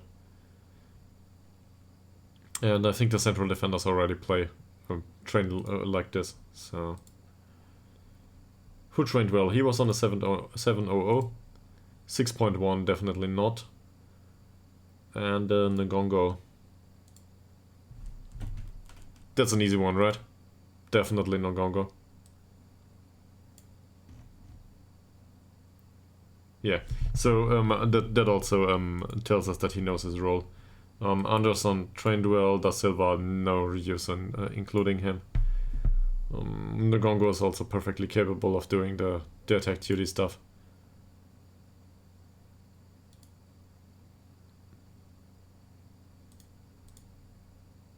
Boldegard Blom. Training rating is good, but he declined. Johansson will probably make it into the squad at the end of the season for the odd game. Hagedal. He must have heard me. He must have heard that I repeatedly say that he does not perform well in training overall, and he doesn't improve. Or it has to do with training. Anyway, he plays. Then Hellström, there's no reason not to play this guy overall. He develops definitely into the area we want him to. I would want some more heading on him though. Really, if the heading and the marking and the technique go up, this player is fine. And the concentration. Or is it composure? It's composure. Concentration is decent. The composure is what's missing. But he'll have that at some point. And given his training performances, there's no reason not to include him. As always. Then Alpen Muteba. Now, obviously, we want to include the club favorite Alp under any circumstance. In a bit more seriousness, though, Muteba is probably the one to go for, even though he had a bad game last time. Yeah. I think we can criticize his defensive performance, or maybe the lack of creativity. Sure, that's an easy one. So, Muteba. Then we need a replacement for the keeper. That's usually Westberg, in case Berg trained really well. 7.4, never mind. Let's give the youngster a place on the bench at least. He might need to play, but yeah, determination went up, so why not? His personality changes going forward. This is good. Midfield options are rare these days. Ekman is already on the bench. We can include a defender on the left side. That would be Alp. Boldegard Blom didn't do well. Wickberg has a certain flexibility to him. So that's why he comes on. We're one player short of giving Gustav Åström a place on the pitch.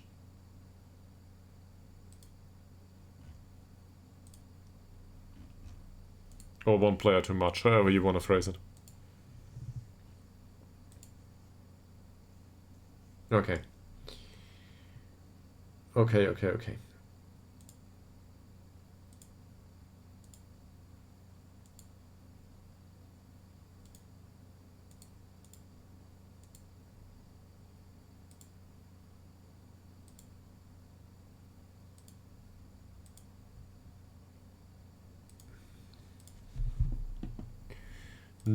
Most of them accept their warning, especially Zetterberg. Well, he will not, the good work rate will not help him. Neither will it help him. But at least they try. And Muteba accepts his warning without a comment. Oh, work rate went up anyway. Okay, good. This is good for him. So that's okay. I wouldn't say he improves much, but he's a decent squad player.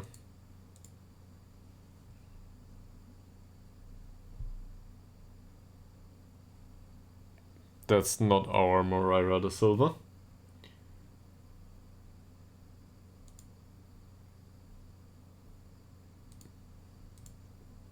And now we've got a recruitment analyst for €6 a week. Wonderful. Who is really bad, but doesn't matter. He's got professional personality.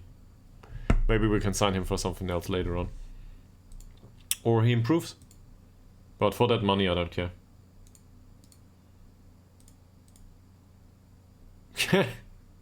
He's a model pro though. So, cool. Tactical meeting. Is there anything we can do to these guys? Yes, we can try to defend and go for the wings probably. Once we distribute the ball, let's not roll it out. Let's distribute to the flanks and hope that we can score one on the counter. Because Tilander's got the pace and Puget has got the pace too.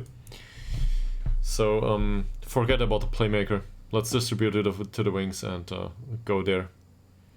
Opposition instructions probably about the feet a lot. That's really... Oh. The guy I fear the most doesn't play. He has been replaced by, well, Rarufu, and Pektas is on the other side.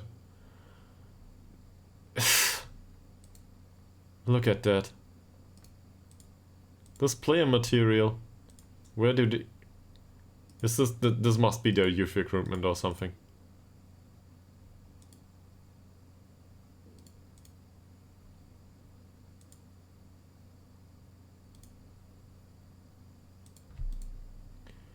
Okay. So anything else other than the feet? He's got off the ball, a good off the ball movement and flair and so on and so forth. Tight marking is not a good idea. This is dangerous. Rawufu, even worse. Pektas. He would need to cut inside. His crossing's bad, so maybe we can force him to cross. Frisk. Decent passing. He could be tight marked. He could be tight marked. Whose role is that? The one of the right player on the pitch. That would be Asason. This is wonderful. What about his dribbling though? He's really bad at dribbling. So he can tight mark Frisk. That's fine. Dribble less and shoot less often probably, and also cross for the target man in case... No, don't cross for the target man. There is no target man here. Where is it? There. Cross for anyone. Don't care. And Hellberg on the other side. Well, this is one of the players that needs to be closed down probably, because tight marking will not work, and especially not if you're Hellberg. But Ahmed Tural is the name. Hello? Seriously? Menu doesn't work. There we go. Found a bug. Ahmed Tural. So, also for him, shoot less often is definitely a good idea. Creativity is okay. Dribbling is okay-ish. So shoot less often it is. And probably no crossing for him either. Definitely not, no.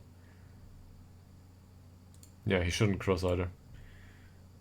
There's a lot of stuff in specific instructions that we can do, but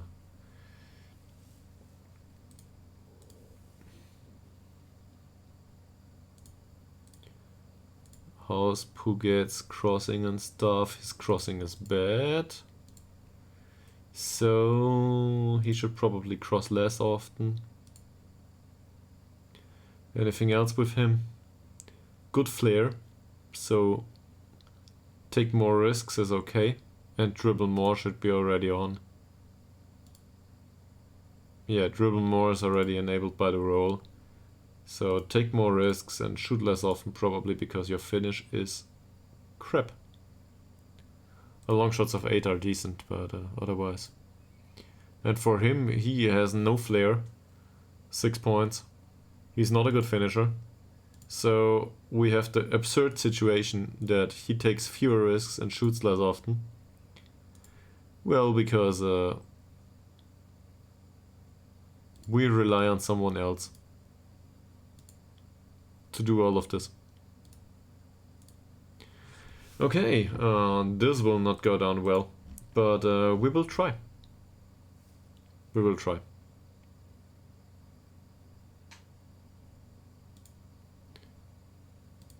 Wanna guess the result, make a billion? 2.5 hours into the stream, first game.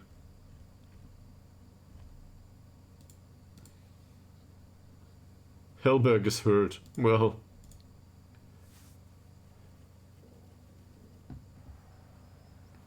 This is about revenge. The question was if you want to guess the result. You want to make a bet? It's about honor. So, what's your guesstimate for the result? Given that you are very qualified with the ins and outs of this squad, and probably also with Sollentuna. Sollentuna. 3-1. Well, this is an away game, so we lose it 3-1? Thank you very much. The gratitude is all mine.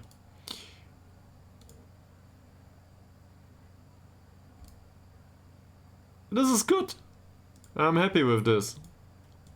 Let's enact revenge on them.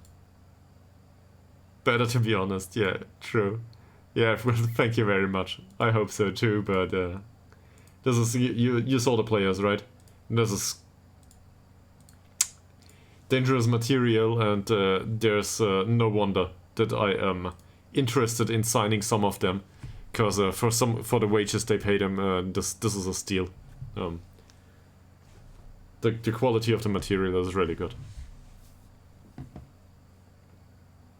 Gevle, 48 points. In any other season, we would have been right up there. This is really one of the weakest seasons overall. Of the entire league. 48 points is not that much at this point.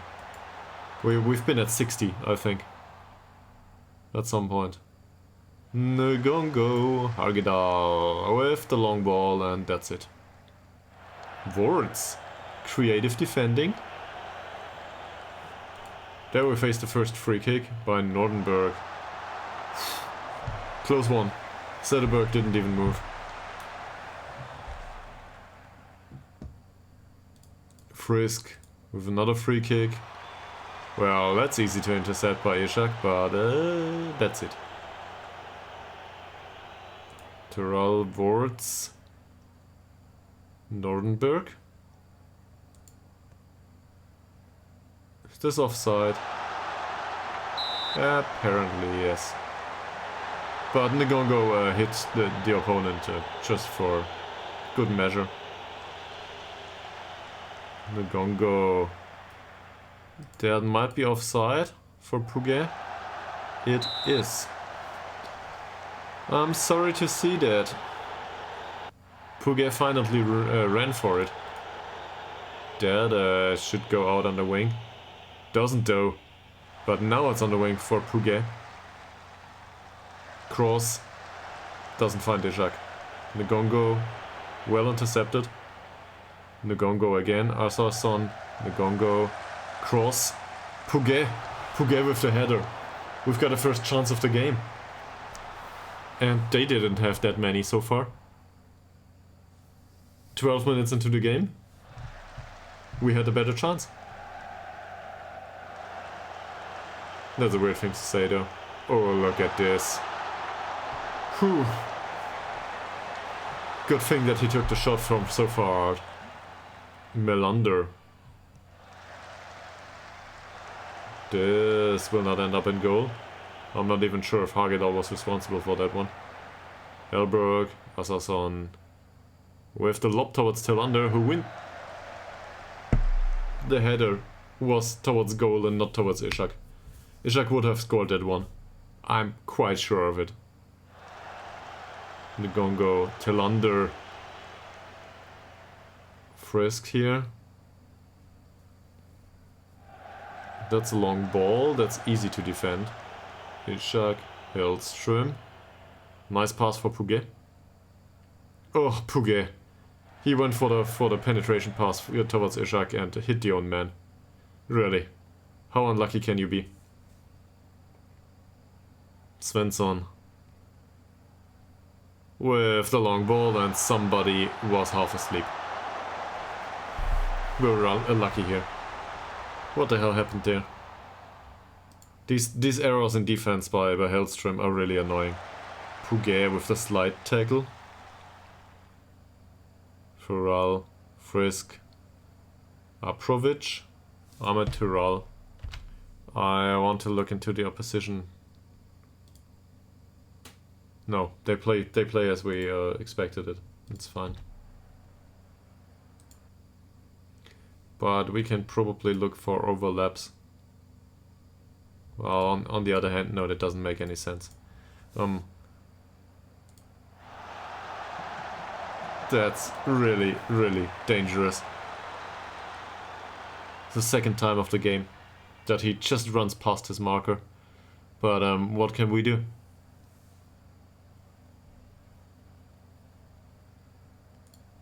Melander, nice pass for Tellander. That's not a bad idea. But well intercepted, sadly. Oh, we get the offside. Great. So far, apparently defending has been good. I cannot really confirm that. Hellström. Melander loses the ball. Hellström again. Hagedal, what's this? Why do you want to do that? Asarson, Melander. Nice ball for Tellander. Hagedal, Asarson, Melander. Ishak. Hellström. Melander. Hagedal. Asarson. Melander. Tellander. Well, the passing's good. So far. But that's about it. We don't penetrate him that much. And it doesn't look like they know where to go. Ravufu, well defended. Well, he failed the first touch there. Or probably the second touch more. He dribbled around his own feet, probably. Frisk. It's a free kick, somebody was pushed. Yeah. So, we might have realized at this point that, well, he goes for the long balls. Puget. Tural. But there's no focus in play for us once we build play. And if I look at these fullbacks, this looks like we should exploit the wings. I'm not sure if this is a good idea, and I'm not willing to go with overlap or underlap necessarily. Come on, seriously? Well done by Sederberg here. Well done. Can for some reason Hellström's rating is still up there. I have no idea why. Free kick. It was offside. I really feared it might be a penalty. Muteba. Puget. Loses the ball. Muteba again. Hellberg with the cross. Tellander doesn't win the header. But we've got a corner. Come on, guys. Give it your best. Puget is fired up now. Seemed a bit beneath himself though. Hagedal. Ishak. Tellander. And that's a really, really bad cross. Hagedal nearly scored a header. After a set piece. That would have been the day. To finally get back into scoring after set pieces. Ngongo, Hellberg, Ngongo again. What's this? That's another corner.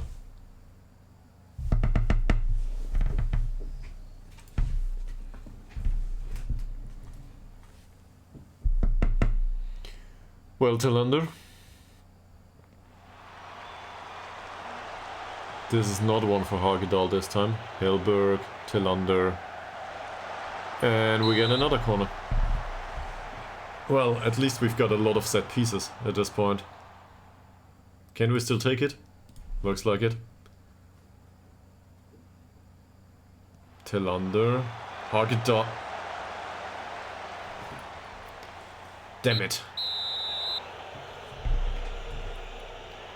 Was on target though. For some reason it doesn't count. Well, thank you, match engine.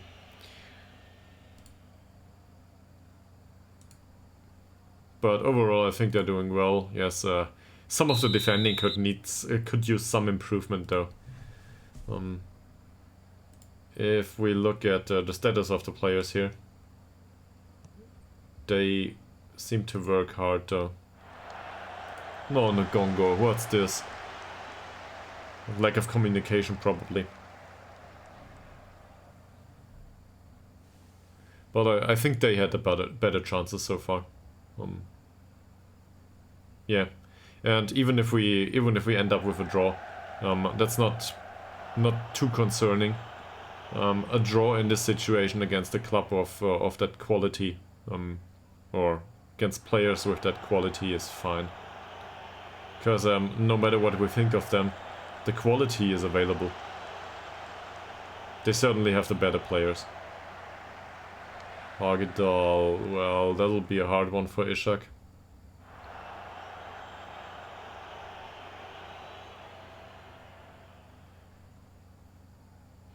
But I'm not that happy with the result per se. I'm happy with the fact that they only had 5 chances at this point. Oh, Ytterhogdals, what's this? It's a ball for Zetterberg, so 6 chances now. But overall, the quality of the chances they had was really good. It's not part of expected goals here, but we limited them to a degree, and that's good. Nordenberg, Worts, lob over defense, Ytterhogdals for Tillander. Can Tillander find a nice pass? Doesn't look like it. Ytterhogdals can though. One for Ishak, which he doesn't get to his man. So you can probably see by now that Ishak is really exhausted. He doesn't work today. Muteba, Puget out-muscled by his opponent. Kek. Svensson. What's this? A head of a hamstring. And that's a shot by Rawufu. Took him by volley. So, we're 10 minutes into the second half. And we've got 2 players on the pitch. Helmström really got lucky so far. So we will put Wickberg on the pitch. Even though his rating is great, he's exhausted. And then up front, I'm in for a problem. So either we put Kulovic up front, or we try to go with Skillermo. And in this situation, I think, well, Skillermo might be needed somewhere else later on. Sure, we can rotate that later, but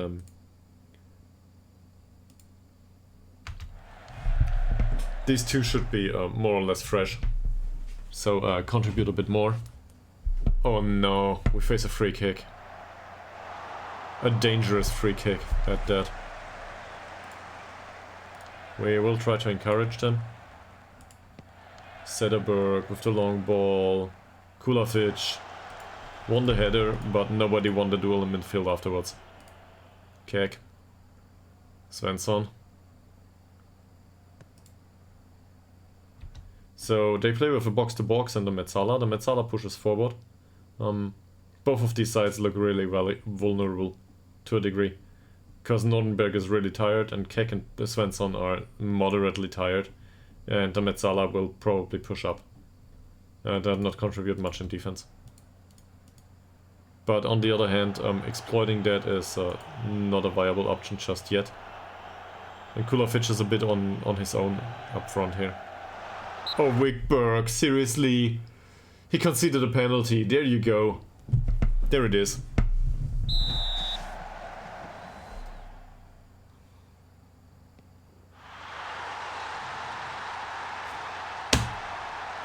Why? So we brought on Wickberg as a replacement for Hellström because Hellström was really tired and all it got us was a penalty. On the wrong side, by the way. So now we need to find something in this game. That means Puke can go off with his 6.3 rating.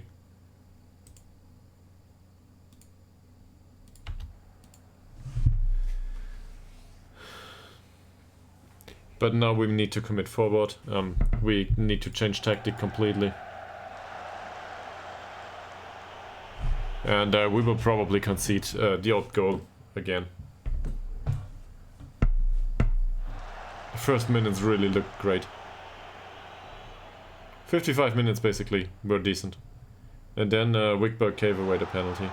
Puge, Kulafich, Telander, Ngongo, all out on his own.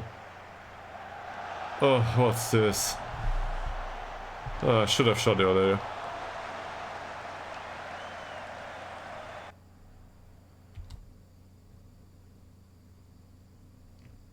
Still in 10th spot. But, okay. So, in this setup, Asarson doesn't have a great game either. We only have one stoppage left though. So, we could go with Ekman and Alp, for example, or Ekman and Anderson. But, not yet. In this formation, he should cross for a target forward. Take fewer risks, shoot less often, dribble less, and probably cross less often too. Whilst he does...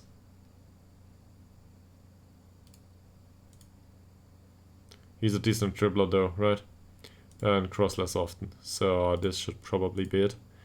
Also they had targets to man mark. I forgot that now. So Frisk is on the right now. David Frisk. David Frisk is a decent passer and they want to mark tightly. So that means he should mark Frisk. Yeah, it's already pre-instructed. And Hellberg should mark the other one.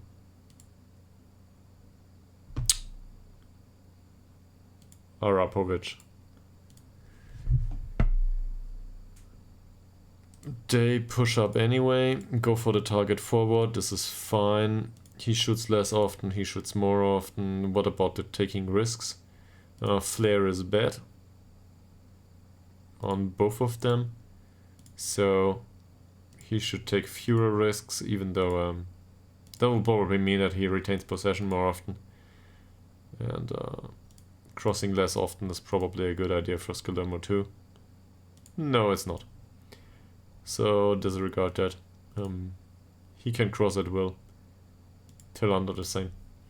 So maybe somebody can finally hit the head of Kulafich and he can hit a goal. Come on guys. Well, we push up really high there. Melander. That ends up with nobody. Oh man. Was this a shot? Not sure. Muteba. Kulafich. That's offside. 5 minutes I will probably make another substitute. Hard with the yellow ball, card though. The keeper. How did that happen? Sederberg. Hagedal. Wickberg. Wickberg with the long ball for Kulafich. He wins that one. That shouldn't be offside for Skillermo. Oh, he dribbles. Finds Kulafich. Telander, and there's a shot. Well, at least he took it. So in this kind of formation, we probably also want to go for the overlap, and we want to focus the play down the right, because if I look at this screams score a goal against us, right? Working the ball into the box, not sure about that. And now that we have 20 minutes to go, Malte Ekman can come on, and he will not play as a ball-winning midfielder. He'll be Metsala. I realize that this is risky, but marking specific player and all that stuff, that's okay. Dribbling less is bullshit. He's got dribbling 8. Crossing less often is great. He doesn't have good crossing, and he should definitely shoot more often. He's got dribbling 8, right? Yeah. We might even want him to dribble more. Get some draw foul. Yard foul. Maybe he can do that. Oh. Just a second. I cannot leave the screen. Why?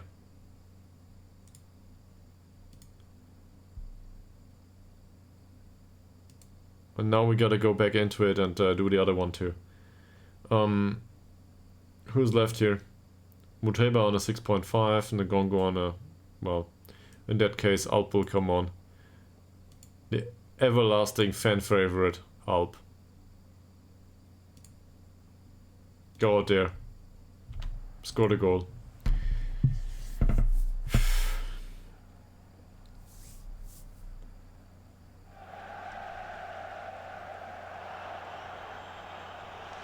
What did Ytterhogdals do there? This is not how it works. Sederberg, Ytterhogdals, Ngongo, and Ytterhogdals again with a long ball for Kulovic, which he doesn't find. Brolin. Fasic. Strangborn, Sederberg. Weird move, but he caught it. So, at least to a degree.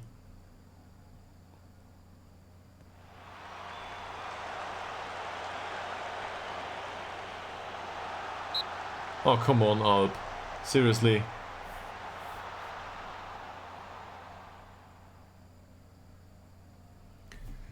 Now we've got to throw in here. Alp, Kulovic. Kulovic with the cross.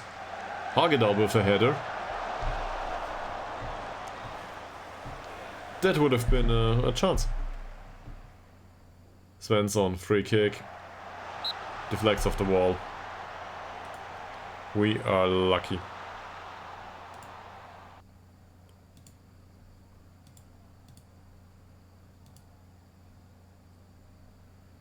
We encouraged them. We defended well. Well, at least that one. Svensson. Fasic. Let's look at their constitution is really not good. 10 minutes to go. Focus and play down the right. Could be enough. We could go attacking at one point. Or ramp the tempo up. R. Words. Yeah. So if we concede another one, it doesn't matter. Or not to the degree it does right now. We do not dominate midfield that much. But on the other hand, our best passers are in midfield. Our best creative elements are in midfield. And shooting on side is probably a good idea now, and let's go with higher tempo. We roll the dice.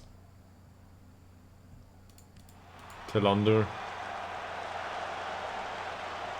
That's won by Hellberg with the shot. We had one. Another one. Har. Long ball. No big deal for Ngongo. Telander tries to create a chance, and there is Keck. Well done. Ekman. That's probably offside by Skillermo. Well, it hit a crossbar, but it was offside anyway. Come on, guys, seriously. You can score that goal. Alp. Goes for the long ball for Kulovic, who loses it immediately. And now we have a problem because Alp was out of position. This is an ugly game at this point. Brolin, Alp, highly confused. Frisk. Fasic. Ngongo well defended. Kek. Arapovic. And that should be offside. No, this isn't, though. Arapovic, Strangborn, and Erlandsson. That's well played. Gotta admit that. We didn't stand a chance to defend this. Nobody got into the action, so... I fear your prognosis of a result didn't make it, but yeah. They scored 2 out of the 3 at this point.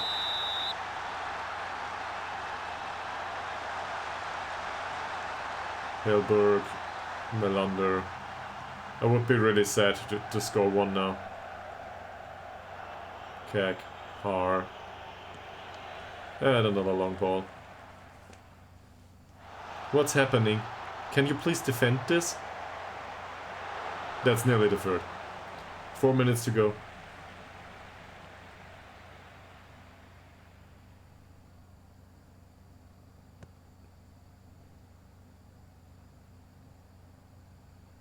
Gungo doesn't manage to get there. Arapovic. Sederberg with the fingertips avoids the 3rd. Frisk. And Fasic. Another good chance for them. So at this point this is highly deserved. Gotta admit to it. We held them to a draw for 60 minutes and that's about it. Everybody expected us to lose this one. We did.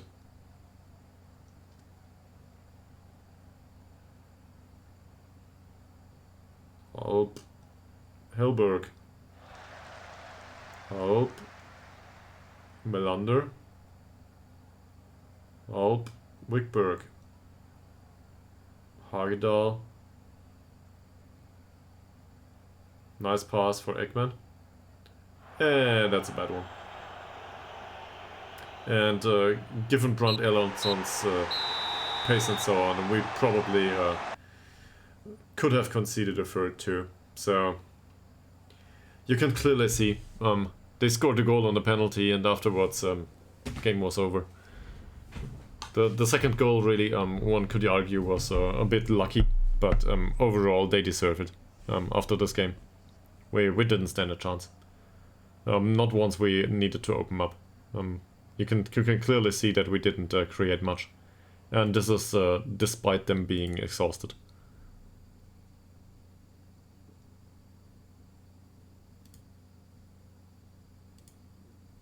So let's fire them up.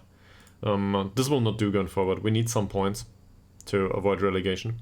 And a loss is not acceptable. We need a point at least. And we've been really lucky. Look at this. It is still 3 points. Yes, we went a spot down, but that doesn't matter. It's still 3 points until relegation spots.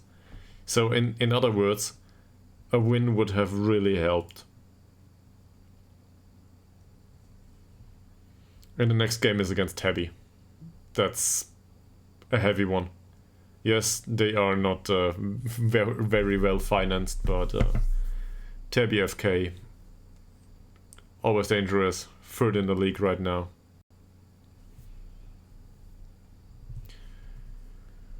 So I will skip through the week here and probably not do the next game, but I want to look at trial lists together with Miko Billion. And maybe we can find somebody.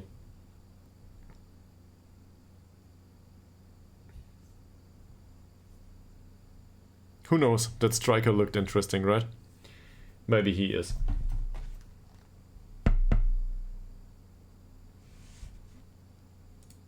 Seven. Yeah, doesn't matter. Doesn't matter to me. This is bad. I do not want to have no training here. So I forgot that. We lost against Sollentuna. Yep. Staff numbers get updated. We now can have a recruitment analyst. Scouts. The old limit was 3, the new limit is 2. They got rid of one of our scouting spots for us. Great. Why is this not in red, by the way?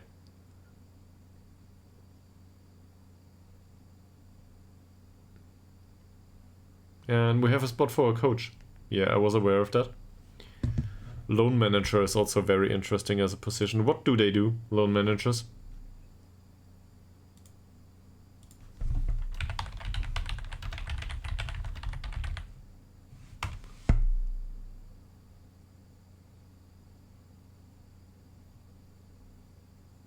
So a loan manager gives you a progress report for the loanees, and also tries to help you with finding loan targets.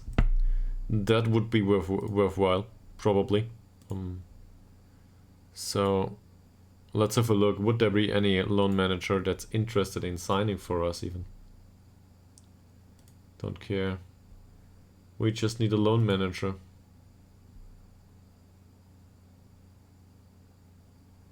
Somebody like this. Yeah, there are a few loan managers that would be willing to work for us. And that they are only 400 euros a week. Seriously though, even if we have someone really bad here, maybe we can ask the board for a loan manager. There's a lot of our players that need a loan. So let's try that. Because this is not big money, and we can spend it, and it certainly helps to get the odd recommendation for a loan here. Personal.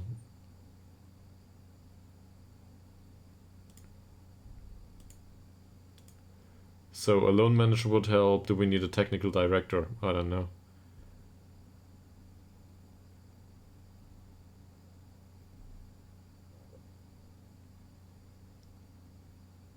I will like to have a sports scientist too, for the injuries, for the assessment of the long-term injuries. We don't have one, and this is worthwhile to have one in the squad, even though his assessment might be a bit off time-wise. At some point, he will realize if somebody is bad at something. So Niels Bakken is on a new contract. We do not need them to develop this season, we need them to develop at all. So he's bound till 2028 at this point. He can go on a coaching course, in case he wants to, that is. Christopher Anderson. He is already out on a coaching course. Yeah. Great one. And René Lindgren is the head physio. He doesn't need to take a coaching course, he just needs to remain at the club. Then Helberg signs a new 1-year deal. This is good, because he got cheaper. So that's fine. And that should be it. Do we get feedback of the board?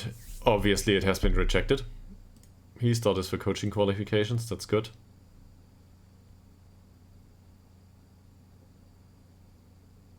We don't feel that we have enough youth players to run creating a job.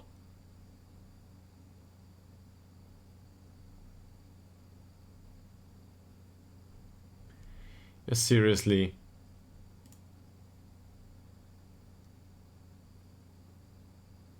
There is no sports scientist in the team. That's the problem.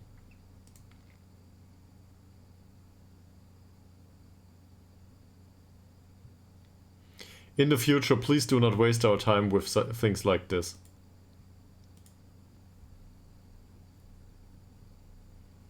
Seriously. Scouting report. Okay. Can we already... Not yet. I will not look into the scouting reward. We will look into that later. Probably tomorrow.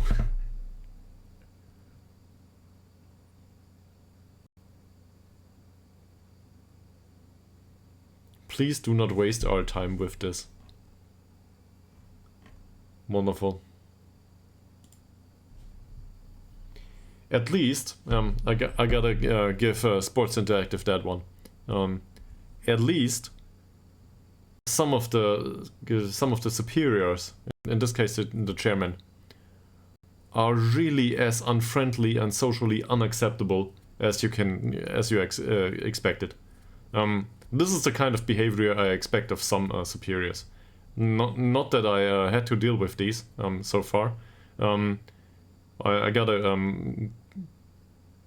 gotta admit that my previous superiors in companies were socially totally fine. Not a thing.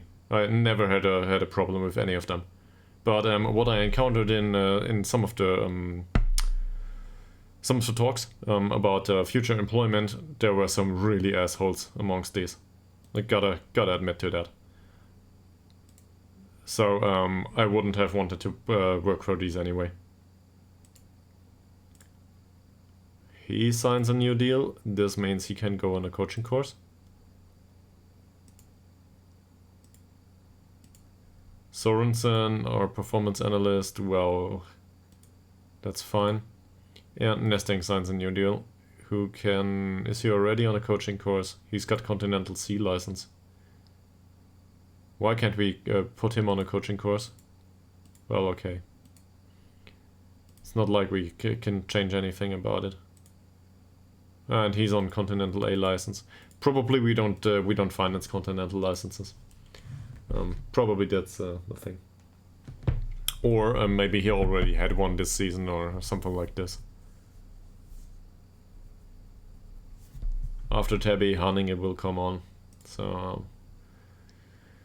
maybe we have a chance there. But also against Tabby we should do better than the last game.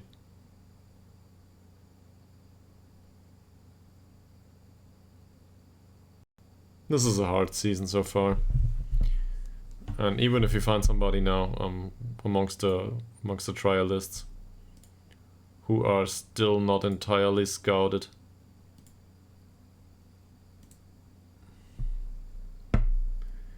even if we find somebody, it might be hard on us.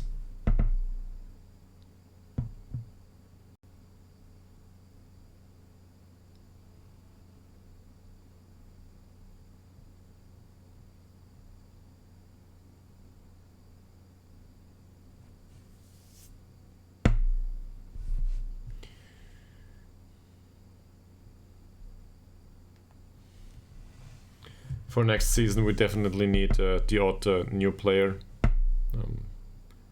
to go in and well, make an impact. Because we don't develop much. Not with this training.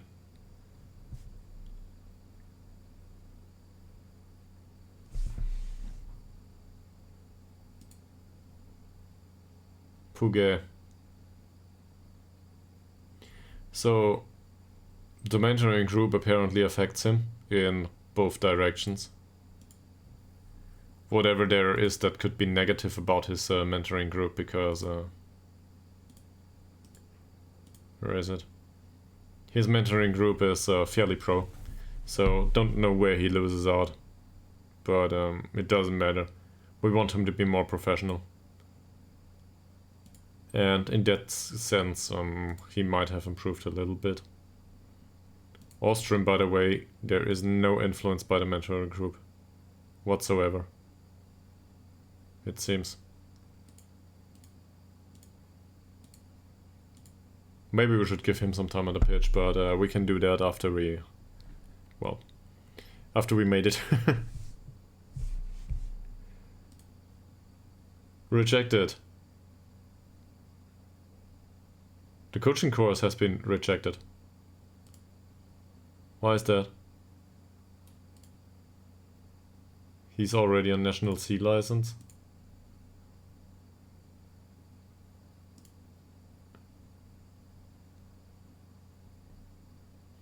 Fine. We need him around the squad right now. Cool. This chairman is really annoying.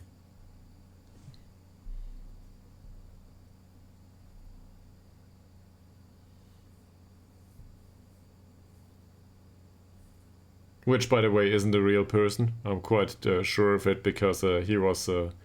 we had a takeover at some point. And he's the one to lead the club now.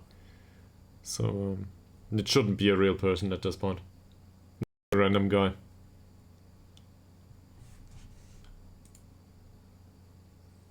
Cool.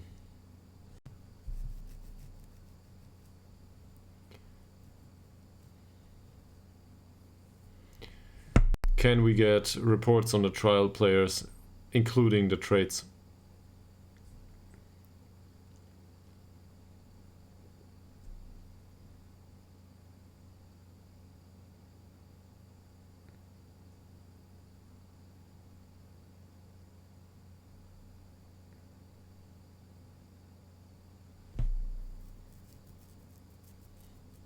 Richter shines, its Würzburger Kickers win. I live there. That's a rare occasion that the Würzburger Kickers win anything.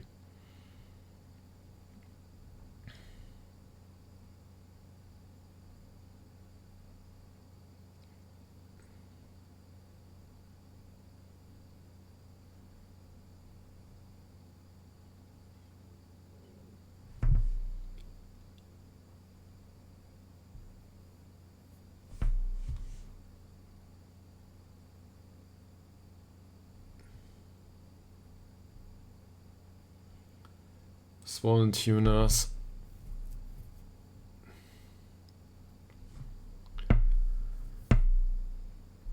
There's the odd transfer here and there.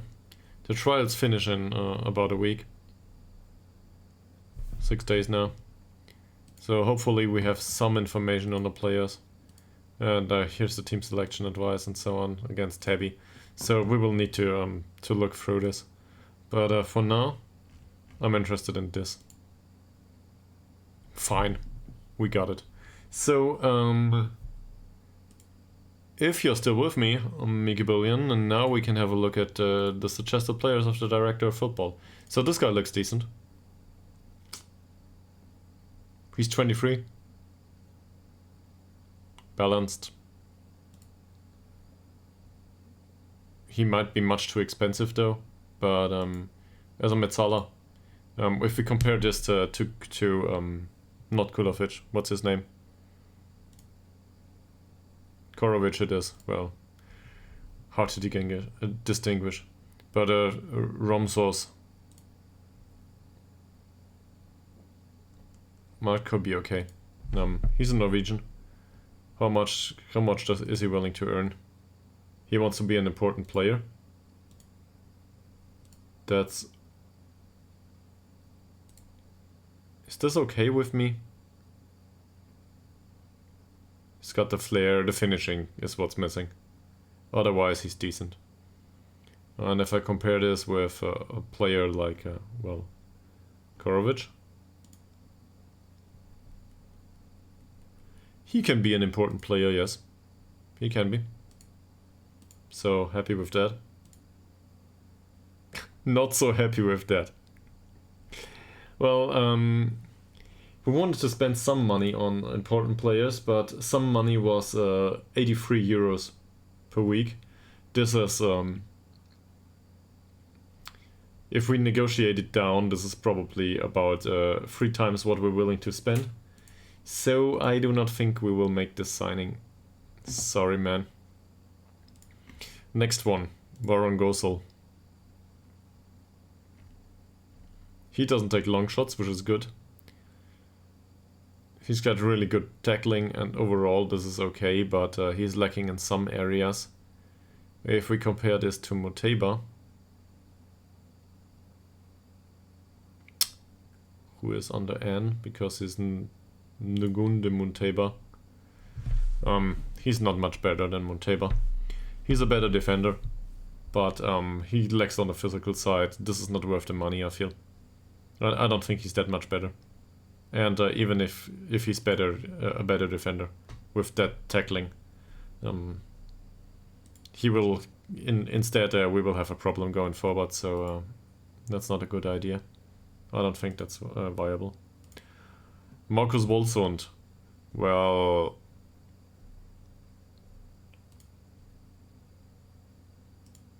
we're getting somewhere, right? So he's more or less a complete forward. More rather than less. He's a complete forward. To me at least. Just, if I look at this, the vision is a problem. The rest of it is... To me this is a complete forward. He's 29 though, but we need a striker. We actually need a decent striker. He has shown early signs that he might be on the decline. Well, at 29, that's unsurprising. Is he prone to injury? Above average. But we will not be able to afford this guy anyway. And if we are, I would be really surprised. So let's compare him to the other guy. And to the other two. Ishak. Here he is. Anton Ishak. Yeah. That's about what I expected. So on the physical side, he's worse than Ishak, which is true for basically everybody in the league. But overall, this is a well-rounded attacker. Really good. And Kulafic is probably the laughing stock at this point, but I'll do it anyway. As I said, laughing stock. So for him to spend money on this guy, that would be an idea. He also has a good personality. Happy to include him in the squad.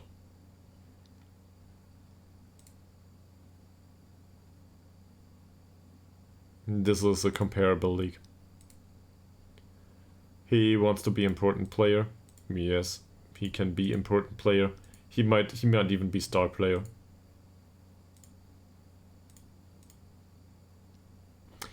And that's a problem. There's a lot of money.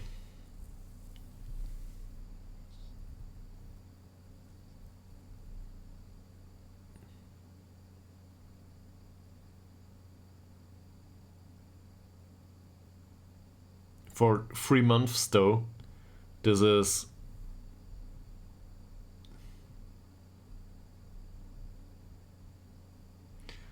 I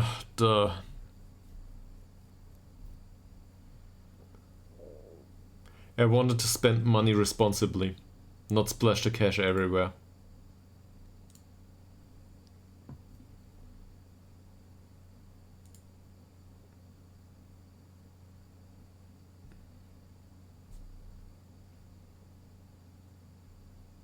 On the other hand, he's really a well-rounded player.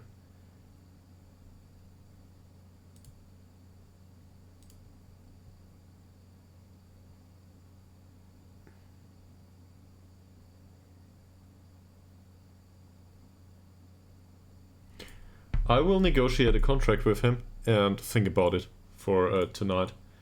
And hope, well, if we get to an agreement, that is.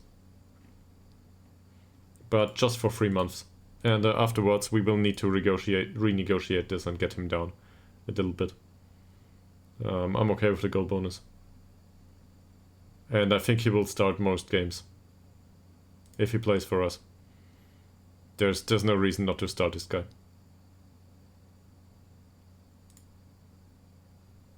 It's too far off. 220 maybe.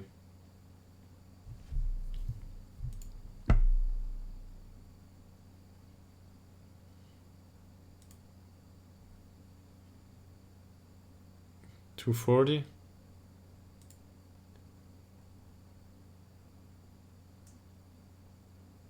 We'll end with 250 in the end. So that means we spent 3k for him for the remainder of the season. If that guarantees us to remain in the league, that's probably worthwhile.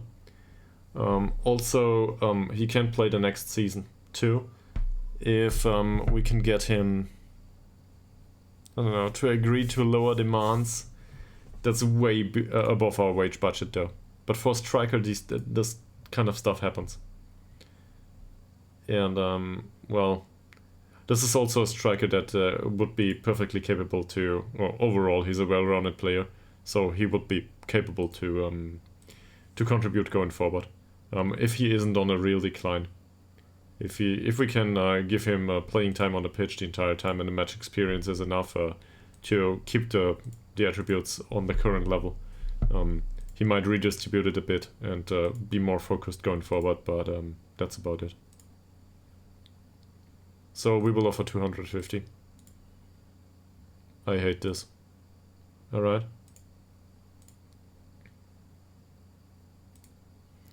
Markus Wolsund. I expect two goals a game for this.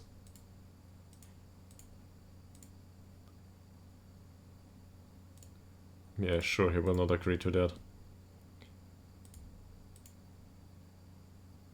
It's a wonder that this guy has no agent.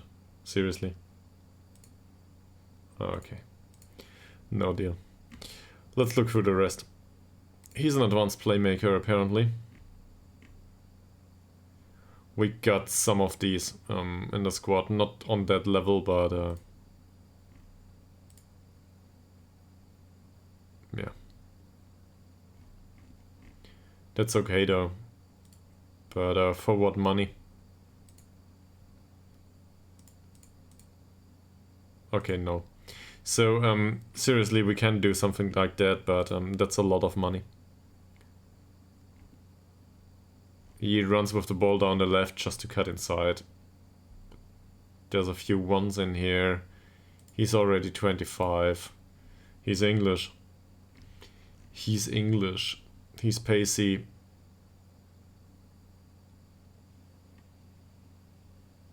I don't know. Doesn't look that appealing to me. Gemicic. This is probably not a good idea. Pembram Hille, not Hilfe. Hille, central midfielder. As a Metzala, there are certain deficits. We don't need another box-to-box, but even there, he's not worthwhile. Don't think so.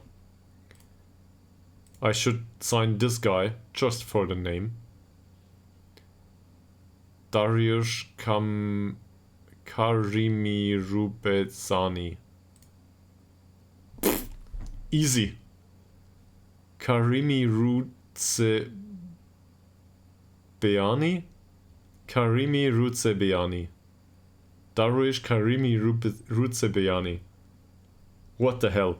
Okay, so I should sign him just for the name. But is he any better than what we have there? Not really. He's got a nice trait that complements his playing style. And but he's more, for us he's a fringe player at best. It's not like we cannot sign him. He's 25 though. Yeah, he would be fringe player, and a fringe player for 130 I am absolutely unwilling to offer, so no. SIA, same here. For a 29-year-old, yeah, this is decent, but we don't need another backup there. We've got 2 players there that are perfectly capable to play there. Gudmundsson, determined. Same story, and also the crossing and dribbling are really bad. Martin Breivik. Again, this is another option that's moderately viable, but for a 30-year-old, I'm not willing to do this if there is no need there. And then there's Mosgaard. Mosgaard is a striker who shoots with power, which is not a good idea given his finishing and his composure. And he likes the ball played and feet. That's okay-ish, but in a striker position he wouldn't fit for us. He's more of an inverted winger for us, and that's... we've got 2 options there. He's not better than Warwick. No. So it comes down to the striker. And I gotta reflect on that. So, in case you see this on, later on, let me know what you think of it. Also, Make a Billion, I would be very interested in some feedback. So, in case you have a rewatch of this, drop me a message, or I don't know, comment on YouTube or something. If you think the striker is worthwhile. Voldsund. Marcus Voldsund. From Norway. He can also play inverted winger. And Metzala. So that's probably a viable core option of the squad. Yeah.